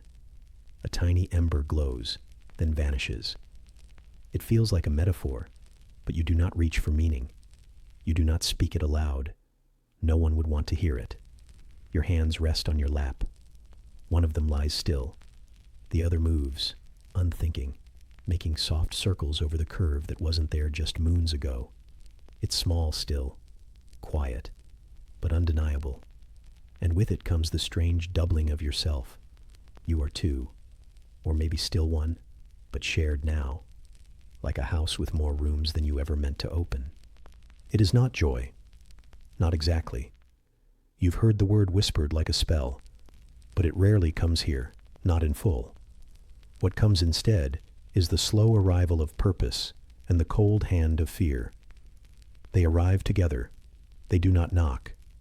The older women have begun to treat you differently, not gently, not harshly either, just knowingly. Their glances stretch longer, as though they can see the future spilling out of your navel.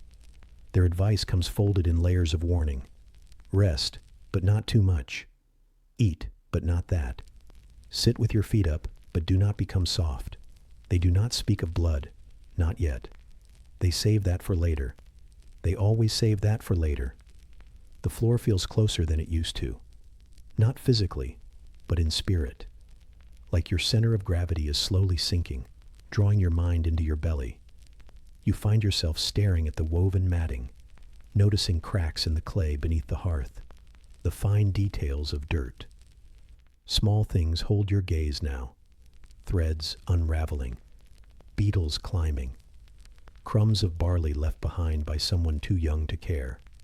You listen more now, for things inside and things outside, for the creak of a door frame under weight, for the owl that calls once, and then again, and then not again. You listen for stories too, ones that pass through the gynoecium like candle smoke, thin and pungent. Stories of mothers who bled too soon, of girls who swelled too quickly, of something that kicked too early and then stopped. You do not ask for these stories. They arrive anyway, like ants in the flower. You pretend not to notice. Sometimes when you are alone, you whisper to the lump beneath your tunic. You do not name it. Names come later, if they come at all. You speak of nothing important, just small things. The way the oil lamp flickers, how the goat with the torn ear has returned again to stare through the gap in the courtyard wall. You tell it about the warmth of late morning, how it clings to the sleeves of your chiton like someone reluctant to let go. You do not tell it what's waiting. You are not cruel. Your appetite is strange. Bread you once loved now smells of ash. Sweet figs make your tongue curl, and yet your mouth waters at the scent of boiled onions. You eat what you can. You are not first at the table.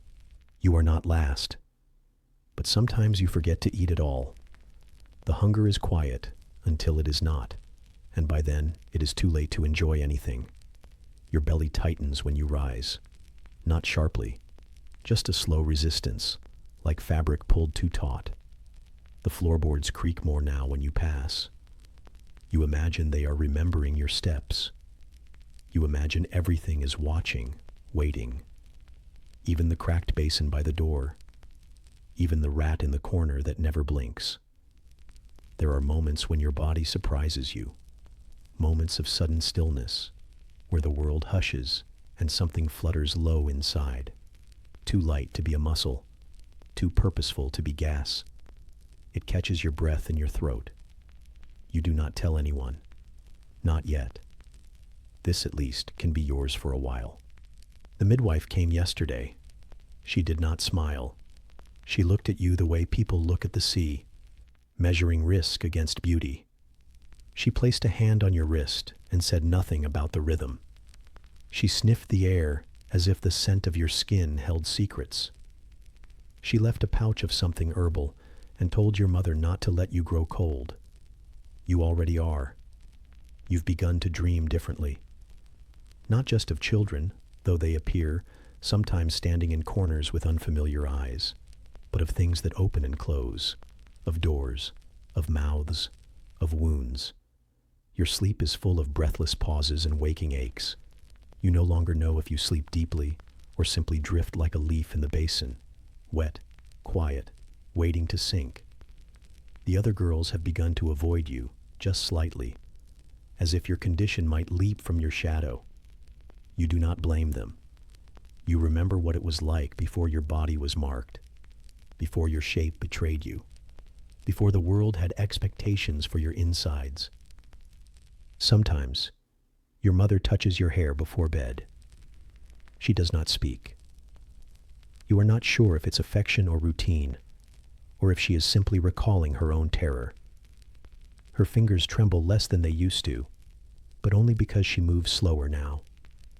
She no longer tells you that it will be fine, not since her cousin lost her 5th child last spring. No one says it anymore. The silence is kinder. There are no books, no scrolls to consult, no list of what to feel. There are just the women around you, whispering their stories like half-remembered prayers, and your own heartbeat, steady and strange, like a drum in a distant room you can't find the door to. Sometimes you think of the women who bled and lived. Sometimes you think of the ones who bled and didn't. You do not know which you'll be. You are not allowed to wonder too loudly. Hope, here, is a brittle thing. It cracks if held too tightly. And so you keep moving. You keep stitching. You keep rising when called and sitting when told. You keep carrying water and carrying more than that. You laugh when someone makes a joke, even if your ribs ache. You smile when the old woman pats your shoulder, even if her hand is heavier than kindness. And you wait. That is what it means now, to be pregnant here. You wait. For pain, for joy, for something in between. You wait while the world grows louder and your voice grows smaller. You wait while your body swells like a question with no answer. You wait, and the waiting hums inside you like a second heart. The candle has burned low now. The flame is soft, nearly spent. Outside, a rooster calls too early. Inside, your breath rises, slow and shallow, like steam from a cooling pot. Something shifts beneath your ribs. You close your eyes, and the room fades into warm darkness, where even your fear must whisper to be heard. The first pain arrives before the dawn has even finished its quiet negotiation with the darkness. It is not sharp, but a pressure winding itself around your bones, a low insistence that shifts the air in your body without invitation. You feel it in your spine, in your hips, in the narrow space between your skin and your bones, the place where hope and dread blur into one trembling ache.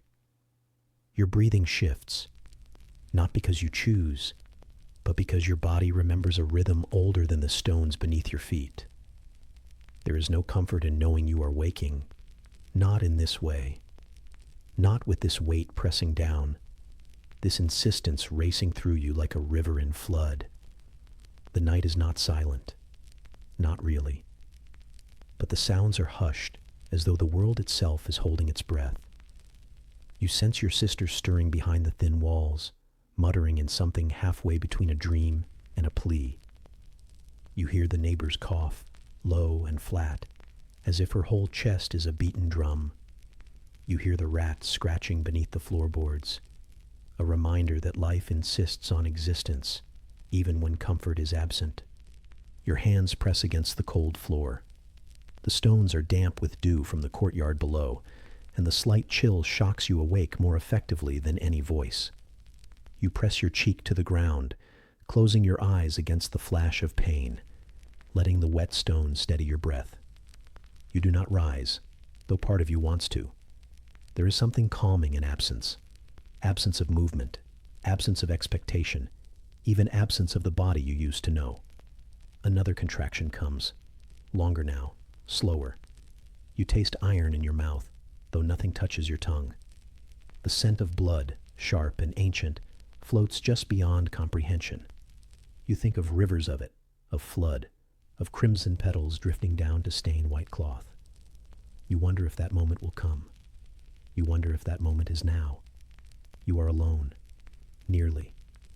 The midwife is somewhere beyond the door. Her presence is solid as carved stone, but her voice is absent. She waits. You know she waits. That knowledge steadies you. She does not hurry. She does not panic. She has been here before, and her calm is becoming a part of you, though you do not feel it fully yet. You press a hand to your belly and feel the curve there, firm, unyielding, alive. You think of what waits inside. A cry you cannot yet hear, a body you cannot yet see. You think of warmth you have never known. You think of a threshold, a veil between this world and another. Another wave grips you. This time it carries you somewhere deep, beyond senses, beyond words. You lose yourself in the pattern of heat, the close weight of your own flesh, the intervals between breath and release. It is terrifying. It is exquisite. You hold the boundary tight, but it quivers beneath your touch. You remember your mother's stories, the faint ones, the ones she told at night, when she thought no one was listening. She spoke of a place beyond pain. She whispered of water, of warm baths, of a sister who slept and woke again. She never said it was easy. She never said it was enough. But she said it was whole. That word echoes now. You shift. You press against stone. A beam of moonlight filters through the crack in the roof and scratches silver across your back. It's as if the world has drawn a line across your body, a boundary between who you were and who you are becoming. You do not flinch. The pain surges again. This time, it brings a sound, bare and primitive. Your breath, ripped from your mouth. It's not a cry. Not exactly. But it is sound. The first known note of birth.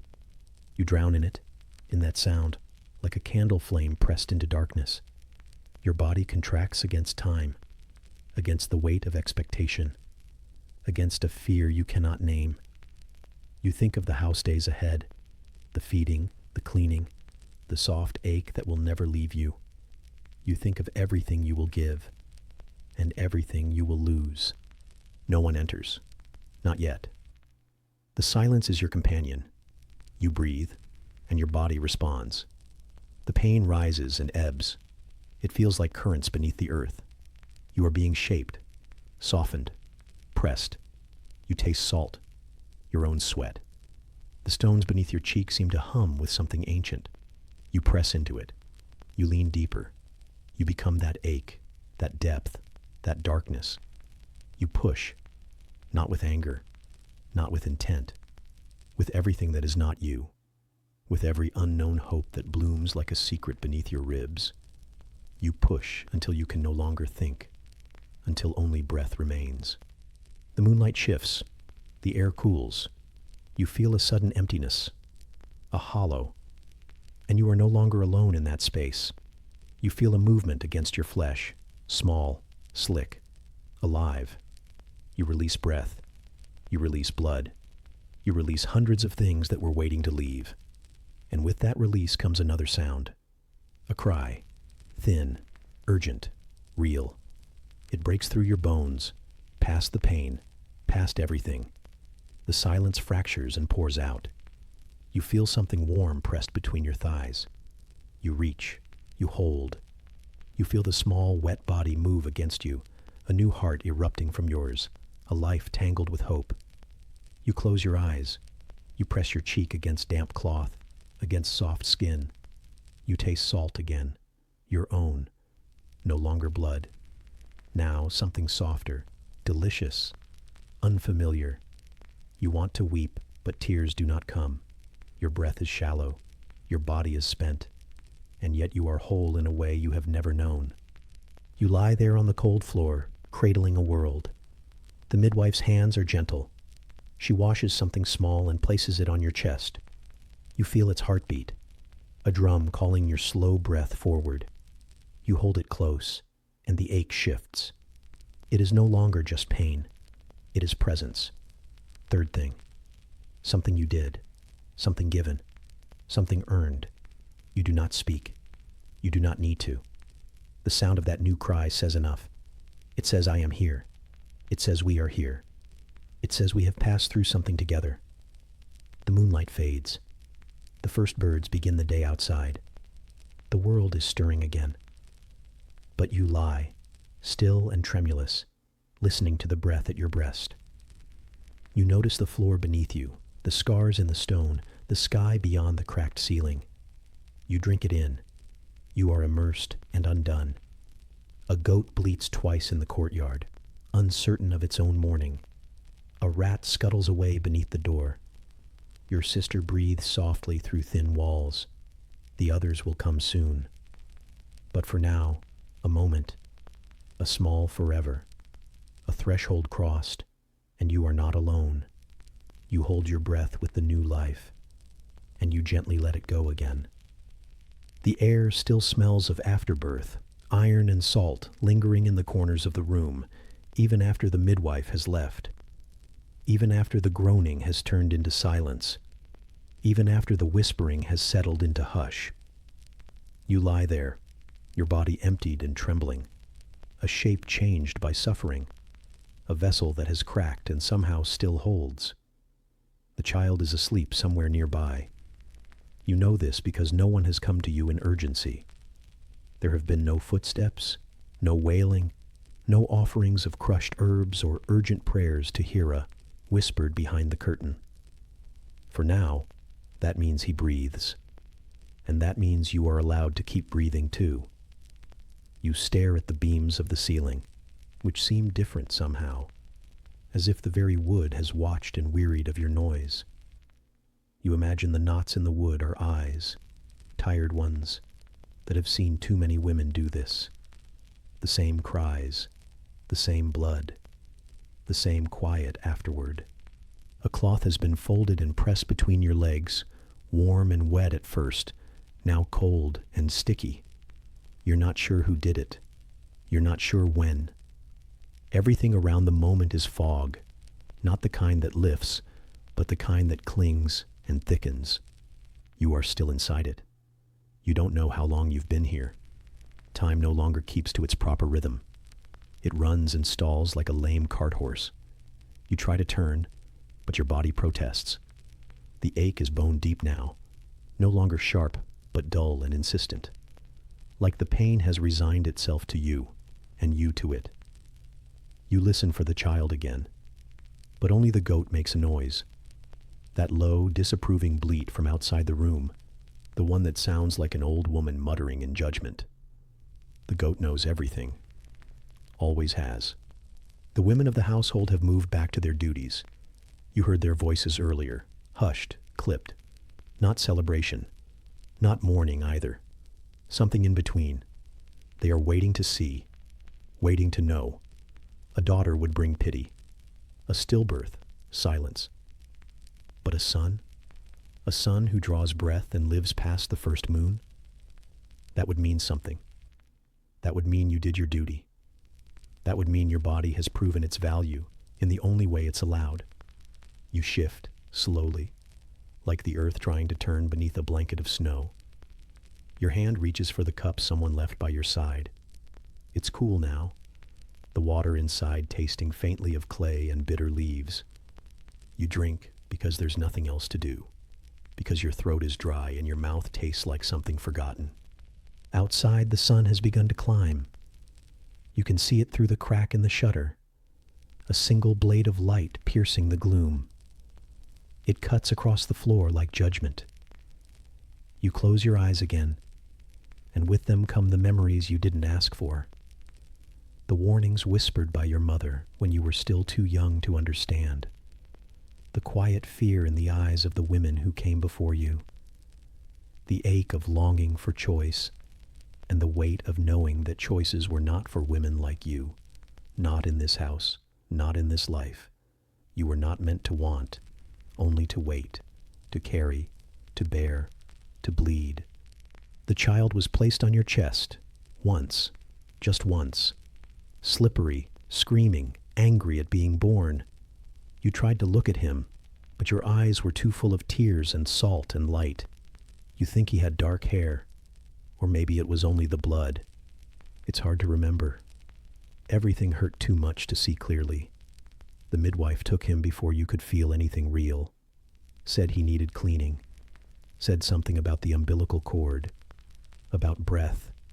You weren't listening. You were still trying to remember how to stay alive. Now, you wait.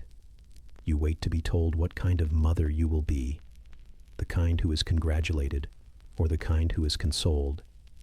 You wait to see if they will light the lamp in celebration, or if it will remain unlit, as it did for your cousin 3 springs ago. That cousin who doesn't speak now, who only watches her fingers move the loom over and over, as if the threads might one day remember her name. Your mother enters the room at last. Her sandals whisper against the dirt floor. She smells of smoke and something herbal, something bitter, old. Her face is unreadable. You don't ask. You couldn't form the words even if you tried. She looks at you like one might look at a cracked pot, with a mixture of relief and disappointment. You are still here, still breathing, still useful. For now. The boy is strong, she says finally. Not kindly, not cruelly, just as a fact. He lives. Something in your chest tightens, not with joy, but with release, as if a knot has been untied just enough to let the air pass through. He lives. So you have done it. So you are safe. For now. But your worth has been spent, poured out like water from a broken jug. For a few days, they will speak of you with something close to reverence. They will bring you figs. They will touch your arm gently. They will call you mother. And then it will pass. Because your worth has already been tallied and paid, in blood, in pain, in proof. You are no longer full of potential. You are what you are, a woman who bore a son. And soon, they will look to you again and ask without words, can you do it again? You close your eyes and try to feel something more than the emptiness. But it is too soon. The body has not returned to you. The soul has not either. You are a space between things, a vessel, hollow and echoing. A breeze stirs the curtain. It smells of dust and olive leaves and distant animals. Somewhere beyond the house, a bird sings a crooked note, not quite a song, not quite a cry, just enough to remind you that time continues. You try to rest. The cup tips from your hand, forgotten. The cloth at your waist dampens again, stubborn in its discomfort. Your legs are numb, your arms cold. But the child lives, and so you are needed, and so you remain. You drift into half-sleep, the kind that is not rest, but something like it. You dream of looms and threads and eyes that do not blink. You dream of empty arms and arms that are too full. You dream of walking in circles, always back to this room. And as the sun climbs higher, casting a thin warmth across your blanket, you remember the sound of your own mother's voice, humming low as she wove, not a song, but something beneath it. Something like resignation wrapped in rhythm. You do not cry. You do not speak. You do not smile. You endure. And outside, the goat bleats again, as if it knows what you've just begun to understand. The boy lives, and that, for now, is enough. And then, only the soft rustle of wind through thatch, and the faint scratching beneath the floorboards, and the heavy silence that returns when no one is watching. The days do not change so much as they soften at the edges, blur into each other like spilled wine across worn fabric. And when you begin to feel the heaviness in your limbs, it is not a thunderclap, but a quiet settling, like too much dust gathering beneath the ribs. It begins in the joints, in the knees you have folded too long on hard earth, in the fingers that shaped bread and cloth and small futures. There is no name for it, not in the way there might be now. It is not flu or fever or ailment. It is just wrongness humming softly where the strength used to live. You carry it at first without question, because women carry many things without question. Pain is no stranger. Discomfort is as common as breath. But this is something else, something that breathes back.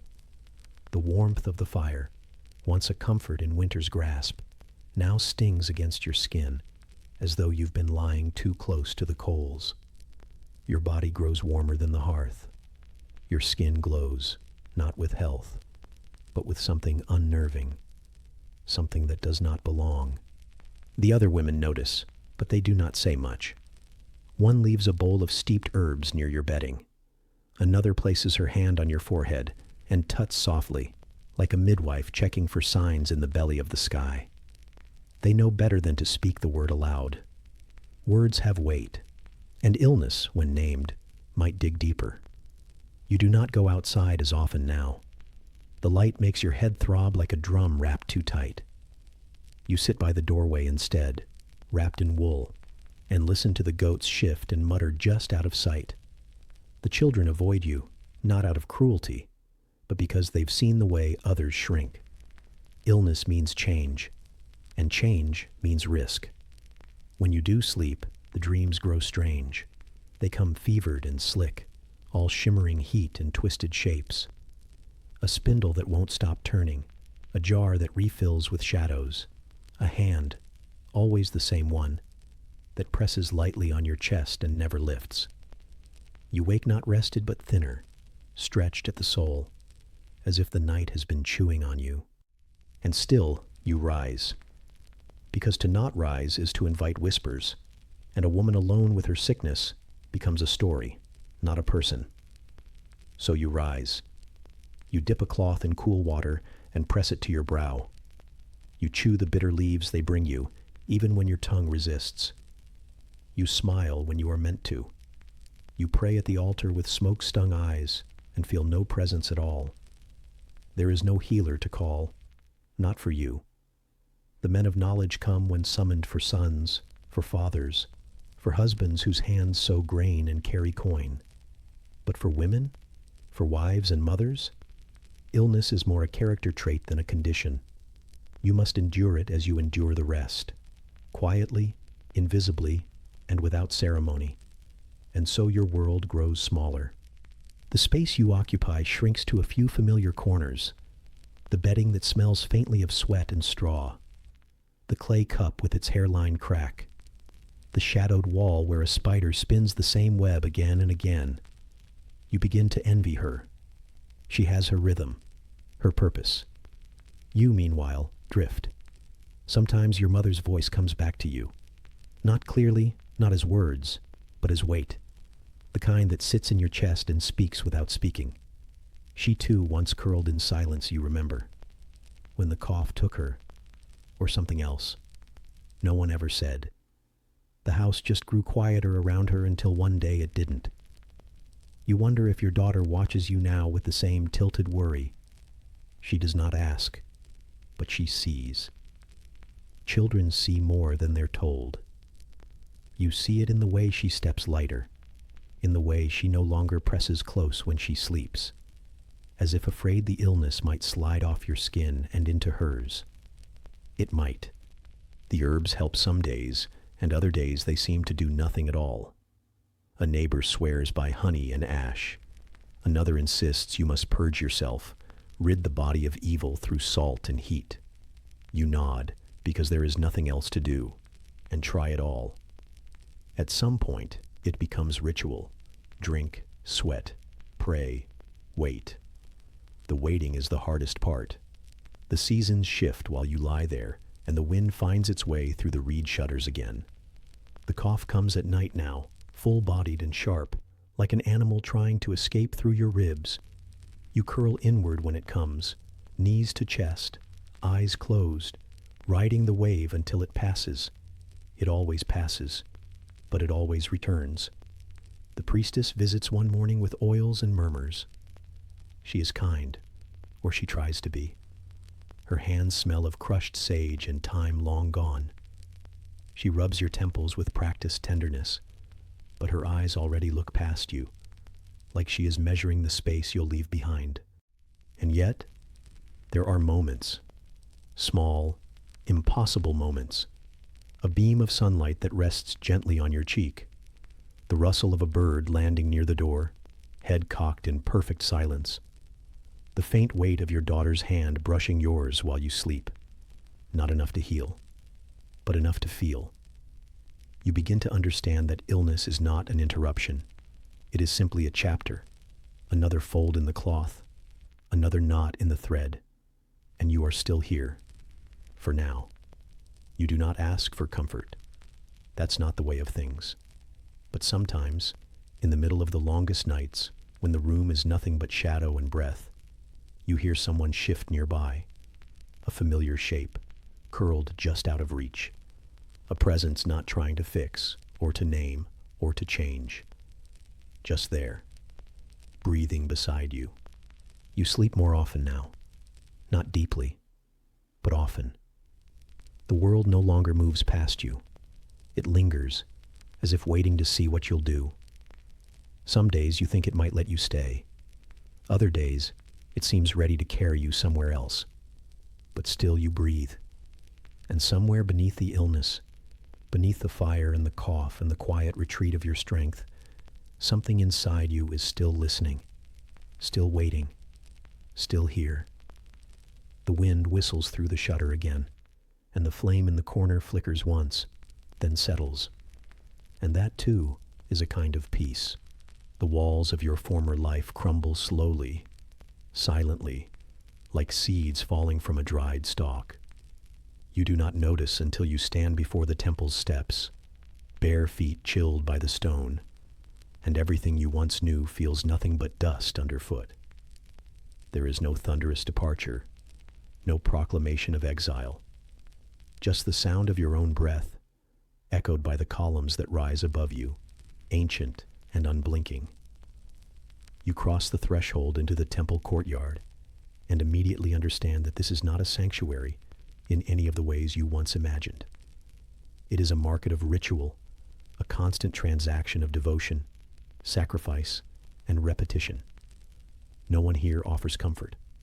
Instead, they greet you with nods that feel like agreements. You have come. You have been sent. You have chosen, or not. It is enough. A girl younger than you dips her chin and sets down a clay jar of oil. She is clever and unmarried, like you once were, and she averts her gaze as she passes. You know she sees something in the arch of your neck, an unspoken history of leaving, of surrendering a world that needed less of you than you needed it. You could be her, or she could be you, in another life. Each morning begins with the same chant of repetition. Clean the altars, sweep the courtyards, arrange the grain on plates so precisely it seems almost art. You learn that holiness is not about grace. It is about making things perfect in the hope that order can hold back chaos. Your hands become fluent in ritual, trembling, precise, unyielding. The scent of olive oil, incense, and animal fat becomes your constant companion, layering over the sorrow in your chest like a second skin. Sometimes a visiting priest or traveler passes through. They glance at you, sometimes with sympathy, sometimes with curiosity. Their eyes flicker over the curve of your shoulder, the line of your spine, the dust in your hair. You are not unseen. You are just small as a bird that perches on a windowsill, admired and ignored, delicate enough not to disturb the structure. There are nights when the temple is silent, when the vessels you have scrubbed gleam faintly in the oil lamp's glow. You lie on a thin mat in the dormitory and feel the collective exhale of others like you. Each breath has its own story, a fear, a loss, an exile. You roll onto your stomach and run your fingers along the straw mat, one detail at a time, as if memorizing a map you cannot leave behind.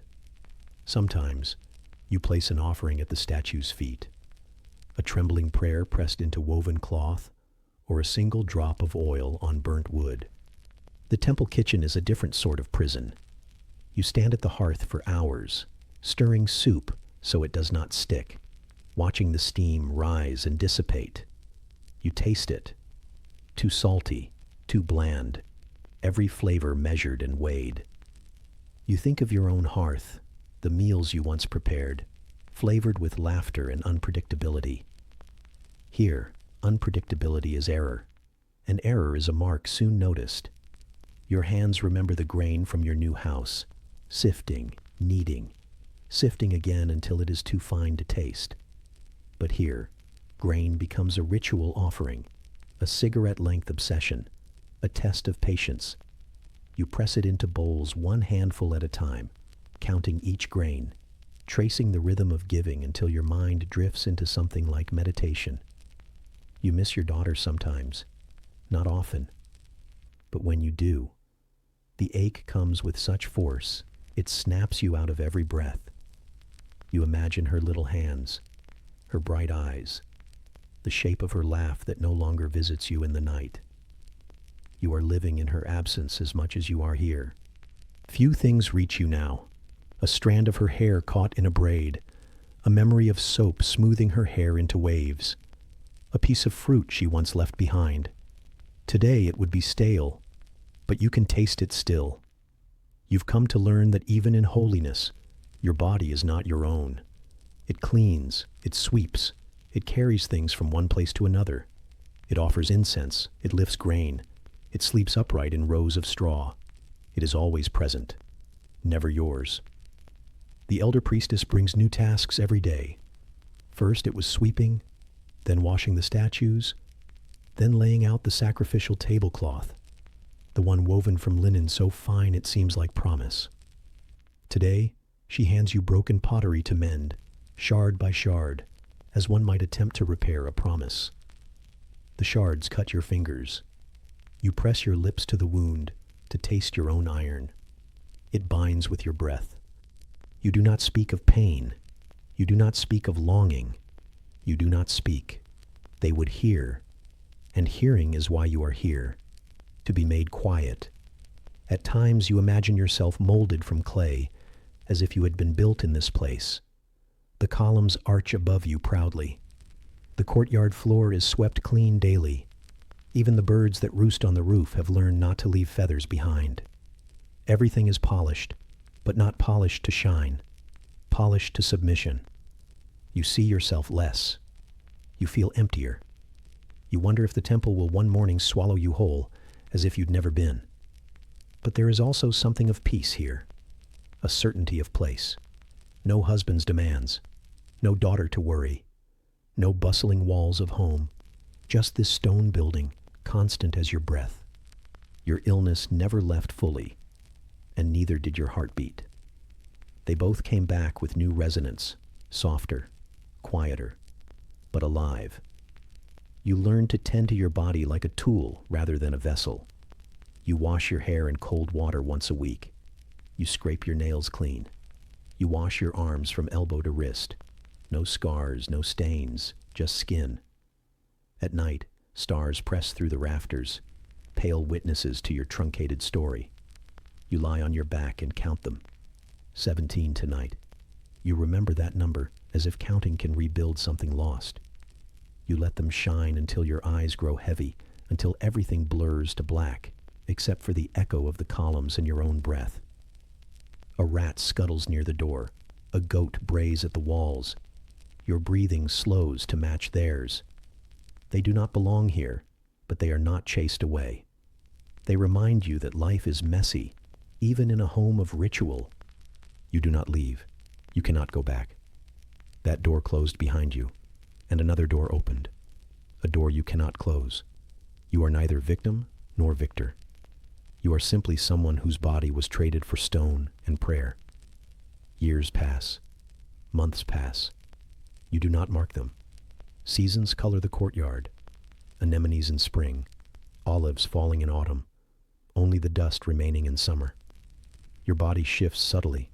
A breeze might sweep across your belly and leave it different. You notice but do not speak.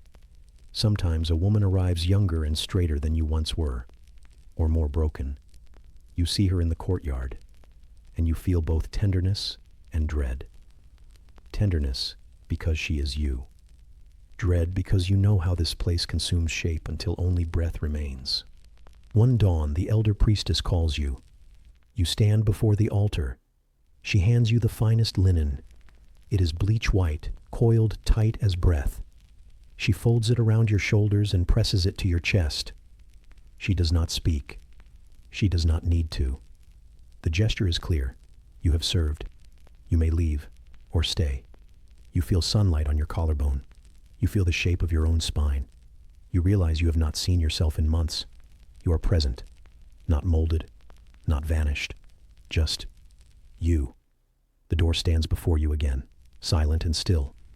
The courtyard seems less polished now, more worn, more honest. You take a breath. It is yours, still is, yours. When you step through, the wind lifts the sleeves of your linen tunic. You breathe in dust and olive blossoms, foggy and thick. And you walk. The linen still clings to your shoulders from the temple, though the cloth has softened, faded, absorbed more sweat than prayer. You carry it with you like a memory stitched into fabric, both comfort and burden.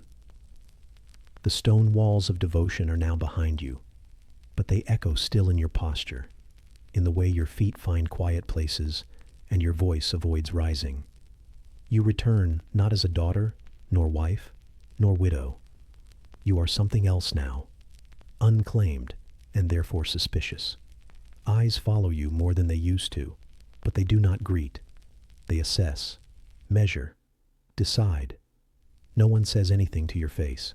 They do not have to. You learn quickly that the spoken word is not the only one that matters. In this world, power passes through door frames in whispers. It travels faster than fire, slower than forgiveness. It does not lift you, not really, but it cushions the fall. Your days are spent doing what is expected, fetching water, spinning wool, grinding barley with other women. But your nights become something else. Not active, not scheming, just attentive, listening, watching, piecing together meaning from fragments left hanging in the air. It starts with small things, the tilt of a woman's head when another walks past, the sharp pause in conversation when a name is mentioned. You learn to fill in silence like an artist fills in background sky. What isn't said speaks loudest. There is a rhythm to the marketplace that no man notices. A sigh here, a slight overpay there. One woman hands another her change and lets her fingers linger just a moment too long, not out of affection, but out of warning, or maybe warning wrapped in something softer. Either way, the signal is received. You do not repeat what you hear. Not yet. You collect. You sort. You remember. The spindle is a perfect tool for disguise. It gives your hands occupation and makes your stillness unremarkable. You sit in the shade with the others, twisting thread between your fingers, while ears do the work your lips cannot afford. Someone's husband is ill, and the illness is not from bad air. The wife, silent but suddenly less tired, now owns new sandals. Another woman's son has been staying out too late and comes back smelling not of olives or smoke, but of perfume. The threads begin to cross. A tapestry forms. One no man would understand, because no man would see it. You speak eventually, of course. You have to. Information only has value when shared, but shared carefully, delicately, like passing a warm coal between bare hands. Never too hot, never too quickly. You let it cool just enough before offering it in passing. She seemed distant this morning. I wonder if she's still grieving. A comment, not an accusation, but it plants roots. Gossip is not loud. It is quiet erosion. It chips at stone, reshapes it, until a new truth is accepted not because it was spoken, but because it was believed long before anyone admitted it. You never lie. That is the trick. Lies are remembered. Truths, even partial ones, slip into people's minds like oil into grain, impossible to separate. Sometimes you use it to protect someone. A girl too young for marriage is suddenly rumored to be cursed, thanks to a tale you half started at the well. No one proposes. She grows older, quietly, without being sold. You see her spinning beside you, and know she will never thank you, never know. But she is still here, and that is enough. Other times, it's survival. The widow who looked too long at your firewood, whose laughter at the wrong moment made your stomach twist. You mentioned something vague about her debts, that her last husband died too easily, that she keeps a doll of wax under her bed. You don't say much, the others do the rest. The goat watches you. You are sure of it. Its stare holds the weight of unspoken judgment. You avoid its eyes. At night, the straw in your bedding shifts beneath your weight like old bones. The floor groans. A rat scratches behind the wall, digging through dry grain like it's searching for a memory. You sleep lightly now, like the others, one ear always half awake. In your dreams, you are back at the temple, except the columns are made of mouths, and they all whisper about you. Your name folds and folds again until it becomes a sound only wind can carry. There is safety in knowing things, even terrible things, especially terrible things. Knowledge makes you heavier, and in a world where women are so easily blown away, heaviness is the closest thing to safety. You meet with others regularly, not formally, just coincidentally. At the well, at the grinding stone, at the olive press. You talk of children, of weather, of aches in your back. Beneath it all, you trade. A husband has taken a second woman, but he hides her outside the village. A cousin is growing large in the belly, though she is not yet wed. A priest accepts offerings in coin, but returns favors in privacy. These are the whispers that make the world turn. Your voice is soft, always soft. Loud women are punished quickly. But soft women are often mistaken for harmless. You are not harmless. You remember the time before, when your only defense was silence. Now, silence is your weapon. Precision is your power. You say little, but you mean much. Sometimes you wish it were different. You imagine being able to say what you mean, clearly, boldly. But boldness is a blade you are not allowed to touch. You settle for needles and thread, and words that cut in ways no one sees. Your friend, if that word fits anymore, sits beside you one afternoon, weaving. Her fingers move slower than usual. You ask about her husband. She says he travels. You see the bruise just under her sleeve. That night, the bruise has a name, and a meaning, and a consequence. Within 3 days, the man's business suffers. His neighbors stop visiting. The priest forgets his name during prayer. No one accuses. No one needs to. The bruise fades. The woman smiles more. No thanks are spoken. None are needed. You realize this is what you've become, a ripple in water, small but persistent, shifting the shape of everything slowly. And yet, no one remembers your birthday. No one carves your name into stone. You are present, but not recorded. You are necessary, but not noted. Still, you breathe. Still, you matter. You sit at the loom again, hands weaving threads as your mind weaves stories. Not lies, just versions, shades, possibilities. The goat coughs from outside the window. It knows something again. You pretend not to hear. Someone drops a jug. It shatters. Everyone looks. You look too, but not at the jug, at the eyes, at who flinched. At who didn't. The wind changes direction. You smell rain before it comes. The rain will wash some things away, but not everything. Some things stick to the stone. You think of your mother, her stories, how she would whisper things in the dark, things you now realize were warnings folded into lullabies. You did not listen then. You listen now. The moon rises. The straw shifts. Someone mutters in their sleep. A thread catches on your finger and pulls. You do not bleed, but it stings. You roll over. The air smells of ash and time. Tomorrow someone will say something they shouldn't, and you will be there, quietly, ready. And the world will change, just a little, just enough, just as you planned. A shutter creaks, a soft breath, the faint tap of hooves on stone. You exhale slowly. The night holds its breath with you, and then silence again, the kind that listens. You knew it was coming long before the messenger arrived. There had been too many days without news, too much silence, the kind that thickens the air and makes every movement feel like apology. You had watched your husband age before his time, watched him drink too much wine on days that didn't call for it, watched the lines at the corners of his mouth deepen with unspoken worries you were never allowed to share. He was not cruel, but he was never truly here either. He lived like a shadow tethered to coin and custom, and when he died, it was as if he had simply continued walking into the fog. The neighbors didn't weep. They shook their heads. They made the sign of protection. They muttered that at least he died quickly, that at least he left you with a house. They say widowhood is grief, and it is, but it is also waiting, waiting for people to stop staring, waiting for the food to run out, waiting for your usefulness to be recalculated. Because a widow is not a wife, and she is not a maiden. She is something in between, an untethered thing, an empty vessel that no one quite knows what to do with.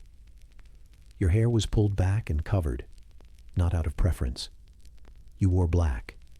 You did not laugh. You kept your voice low as though joy itself might be a betrayal. You were told to cry, and so you cried. But not for him, not really. You cried for the way the world changed when he left it, for how quickly your identity was unraveled and rewritten in whispers.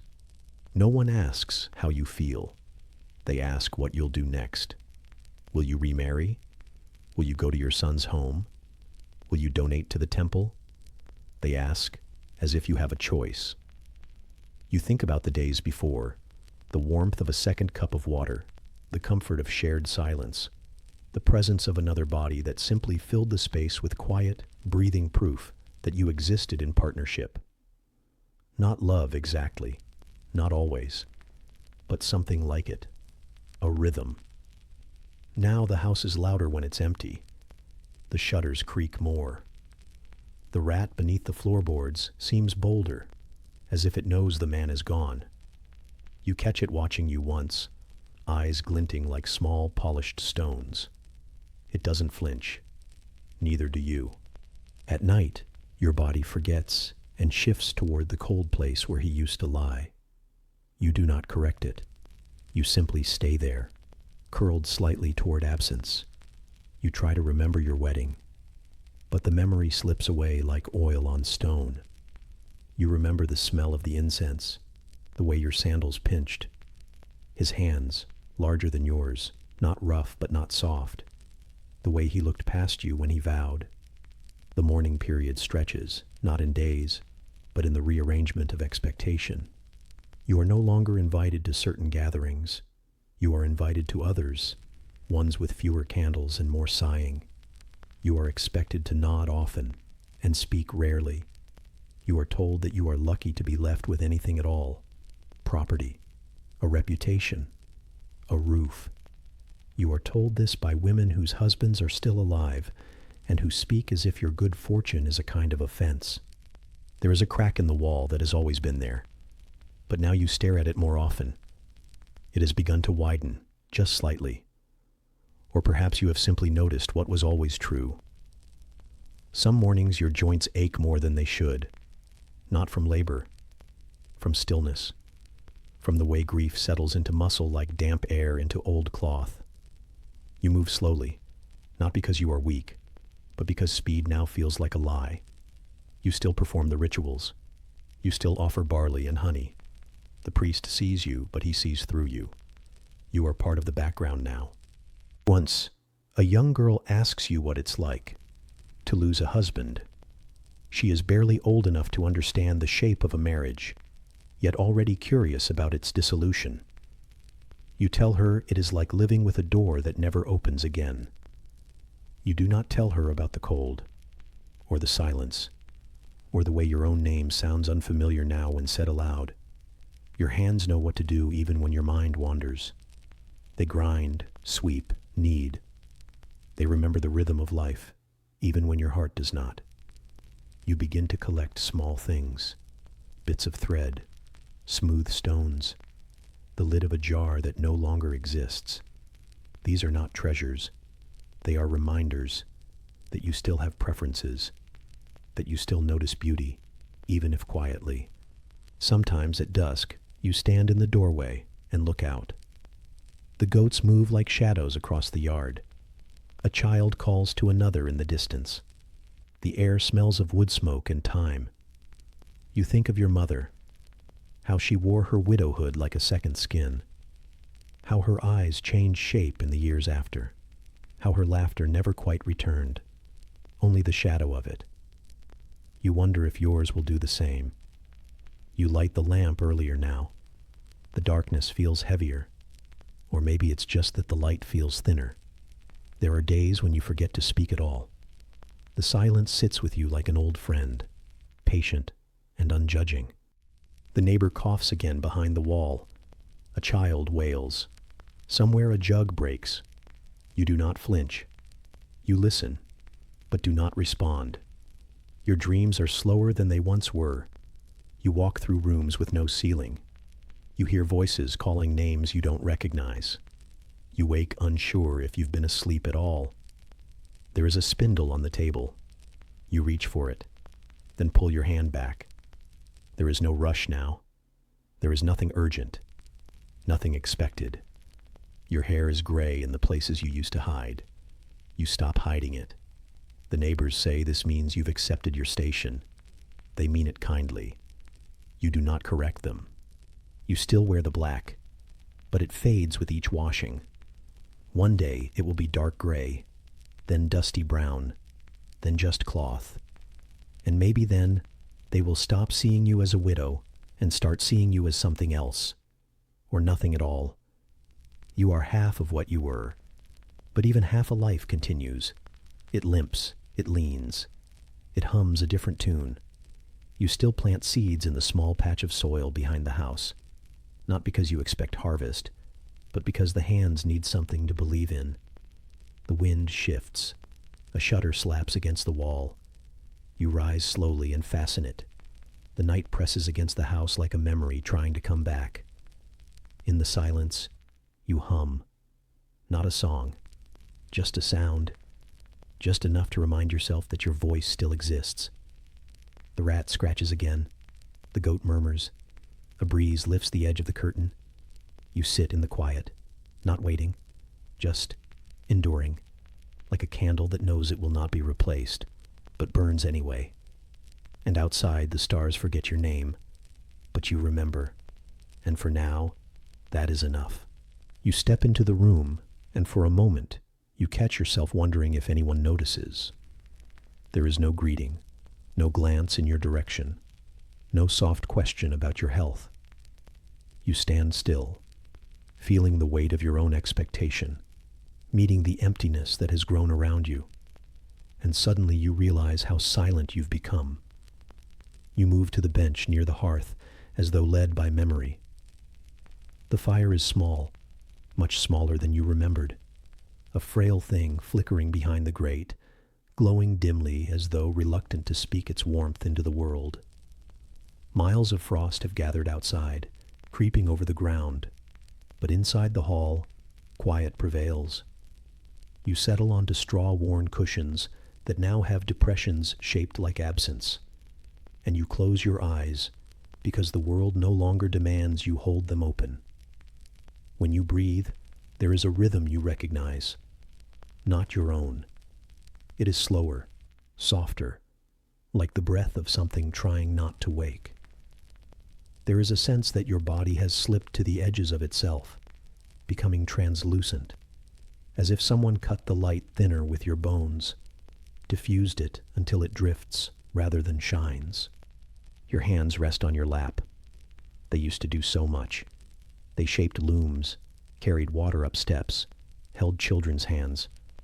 Now they lie still, and you realize no one expects them to do anything more. You watch the fire for a while. The coals burn down until the logs slump toward ash. Then, for the first time in years, you unmoved as they expire. You wait until only gray remains. No one speaks. The neighbor behind the wall coughs, soft and low. It reminds you someone is still alive in this house, even if they are not here. You let the cough become a lullaby. The staircase creaks up toward empty rooms. A rat scurries beneath the floorboards, then stills. After a moment, you imagine it stops not out of fear, but because it has learned something about your absence. It pauses, listening to shadows and breath. You rise, unstirring, and walk without purpose toward the window. The glass is so thin that the cold seeps through. You press your cheek to the pane. You see nothing, only your own pale reflection, shaped by the wavering light. You keep breathing until your nose fogs the glass, and then wipe it clear, thinking maybe you could wipe yourself clean. Outside, a goat rustles at the edge of the yard. You think it might be watching you, but you can't tell. It seems older, too, as if it has had too many winters. You look away. Your steps take you to the loom. It stands silent, a once familiar companion. You stroke its wood and feel its unspoken greeting, still here. You remember how your hands would press threads into place, how your mind would float and settle in the dawn light as you wove. That was who you were, the warp and the weft and the pulse of order passing through your fingertips. Now, thread lies in a basket beside it, thin, brittle like dried earth. You might pick one up, but you don't. The loom has lost its promise. You run your fingers along the basket's rim and leave it there. The hearth stirs again. Someone has brought more wood. You turn but do not speak. The offering arrives, dry sticks, small logs. They are set by your feet. No word is said. They provide warmth. You watch the other shift away as if there were more than embers between you. You remember the time before, when your life demanded more of you than breathing, when presence mattered, when your name was a thing that rang in hallways, not a whisper in forgetfulness. You tell yourself that memories are not passé, that they still live in the halls and in the floorboards. But the silence around you answers by growing bigger, making space until memories feel like ghosts too polite to linger.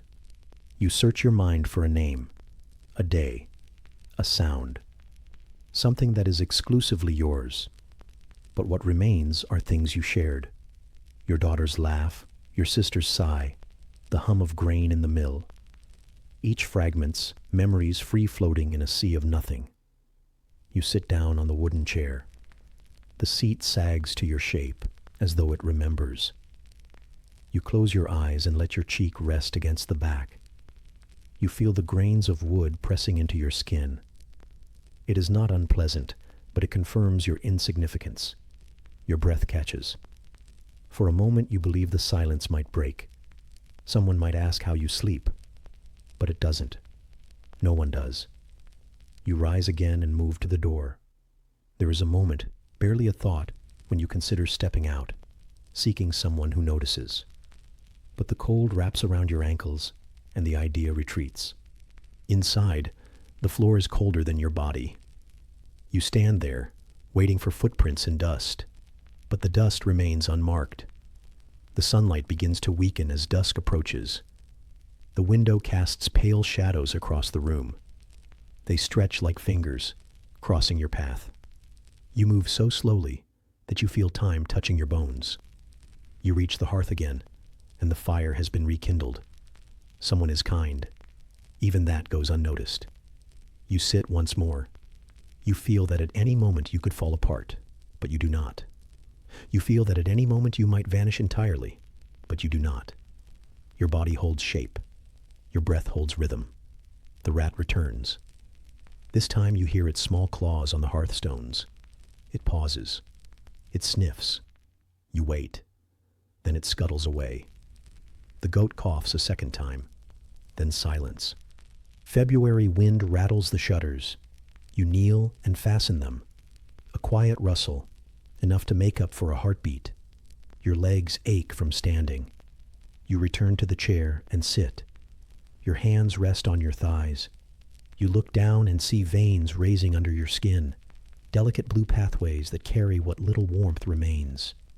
You are more visible from this angle, vast underneath you. You close your eyes and breathe. A minute passes, then another. You do not know how many. Your breath slows. The fire dims. Embers glow and die. You feel them in your chest, low and settling. They are not memories. They are not unclaimed presence. They are steady, like the exhale you have learned to own.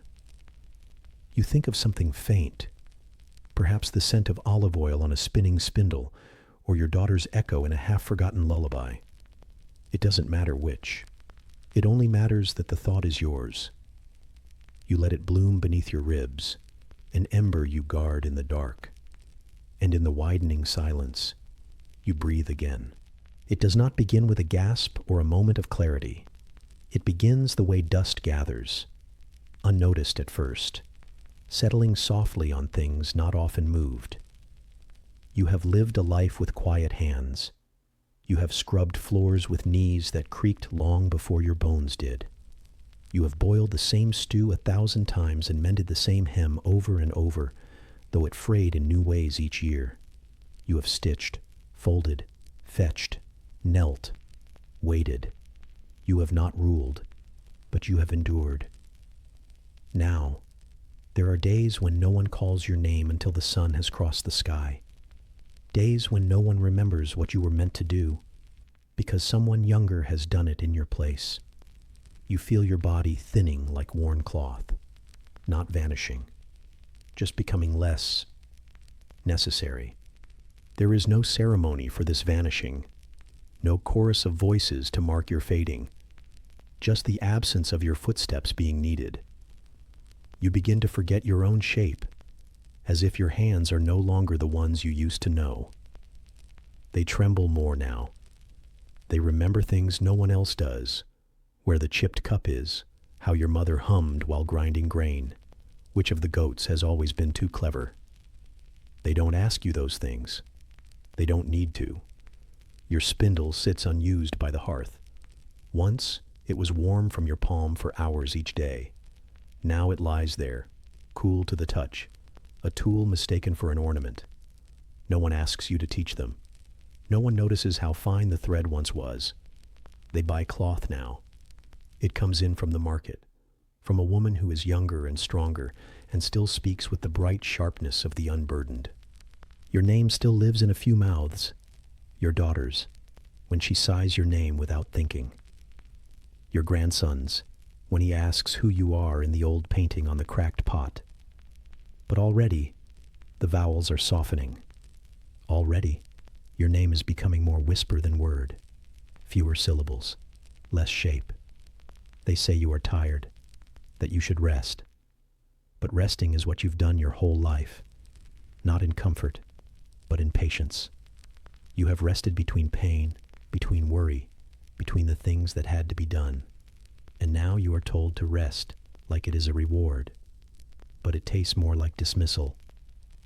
In the evening, you sit where the light slants through the doorway, dust in the air like golden flecks of ash. You think you might have been beautiful once, though the mirror no longer says so. Your memories say it better. You remember the way he looked at you when your hair was full and your hands did not tremble. You remember laughing in a room where you were the youngest voice. Now, You are the last of your generation in this house. The others are names on stones, or they are simply not spoken of. Some were lost in childbirth, others were lost in silence. The kind of disappearance that no one talks about because it is too slow to notice and too final to reverse. You think of your sister sometimes, the one who whispered secrets into your braid. She died before her hair turned gray. She never had to wonder whether she had already disappeared. You wonder if that was kinder. Your bed creaks under you like a memory that's tired of being remembered. You lie down in the same position each night because your joints complain otherwise. The blanket is thin. The straw beneath smells faintly of damp wool and earth. Somewhere near your head, a mouse scurries in the wall. It does not fear you. Even the mouse knows you are no threat now. There is a jar of oil by the door. You used to use it on your skin when your husband was still alive, when your skin mattered. Now it sits untouched. The cork sealed too tightly for your fingers to pry it open.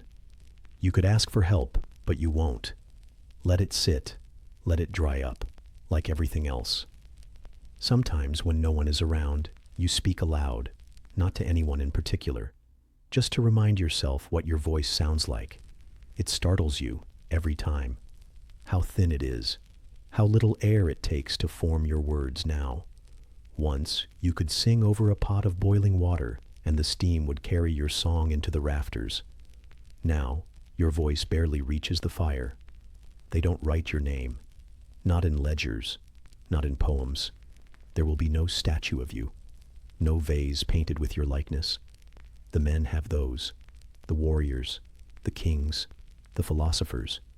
You were their daughters, their wives, their mothers. You were everything that kept them alive, but you are not in the stories. Even the midwife forgot your face when she passed you on the road the other day. She looked through you, not past you, through you, like you were glass, like you had never called her in the middle of a winter storm to save your neighbor's baby, like you had never brought her figs when her own son died. You did those things. You remember, but no one else does. You become a story no one will tell, not because they mean to forget you, but because you were not loud enough, because your life was not made of the right kind of pain. You suffered in quiet, in repetition, in patience. That kind of suffering doesn't get remembered. It just fades. And so, you begin to fade too. Like the thread unraveling from the corner of the curtain. Like the name etched into the back of a bowl that's been washed too many times. You are still here, but only just.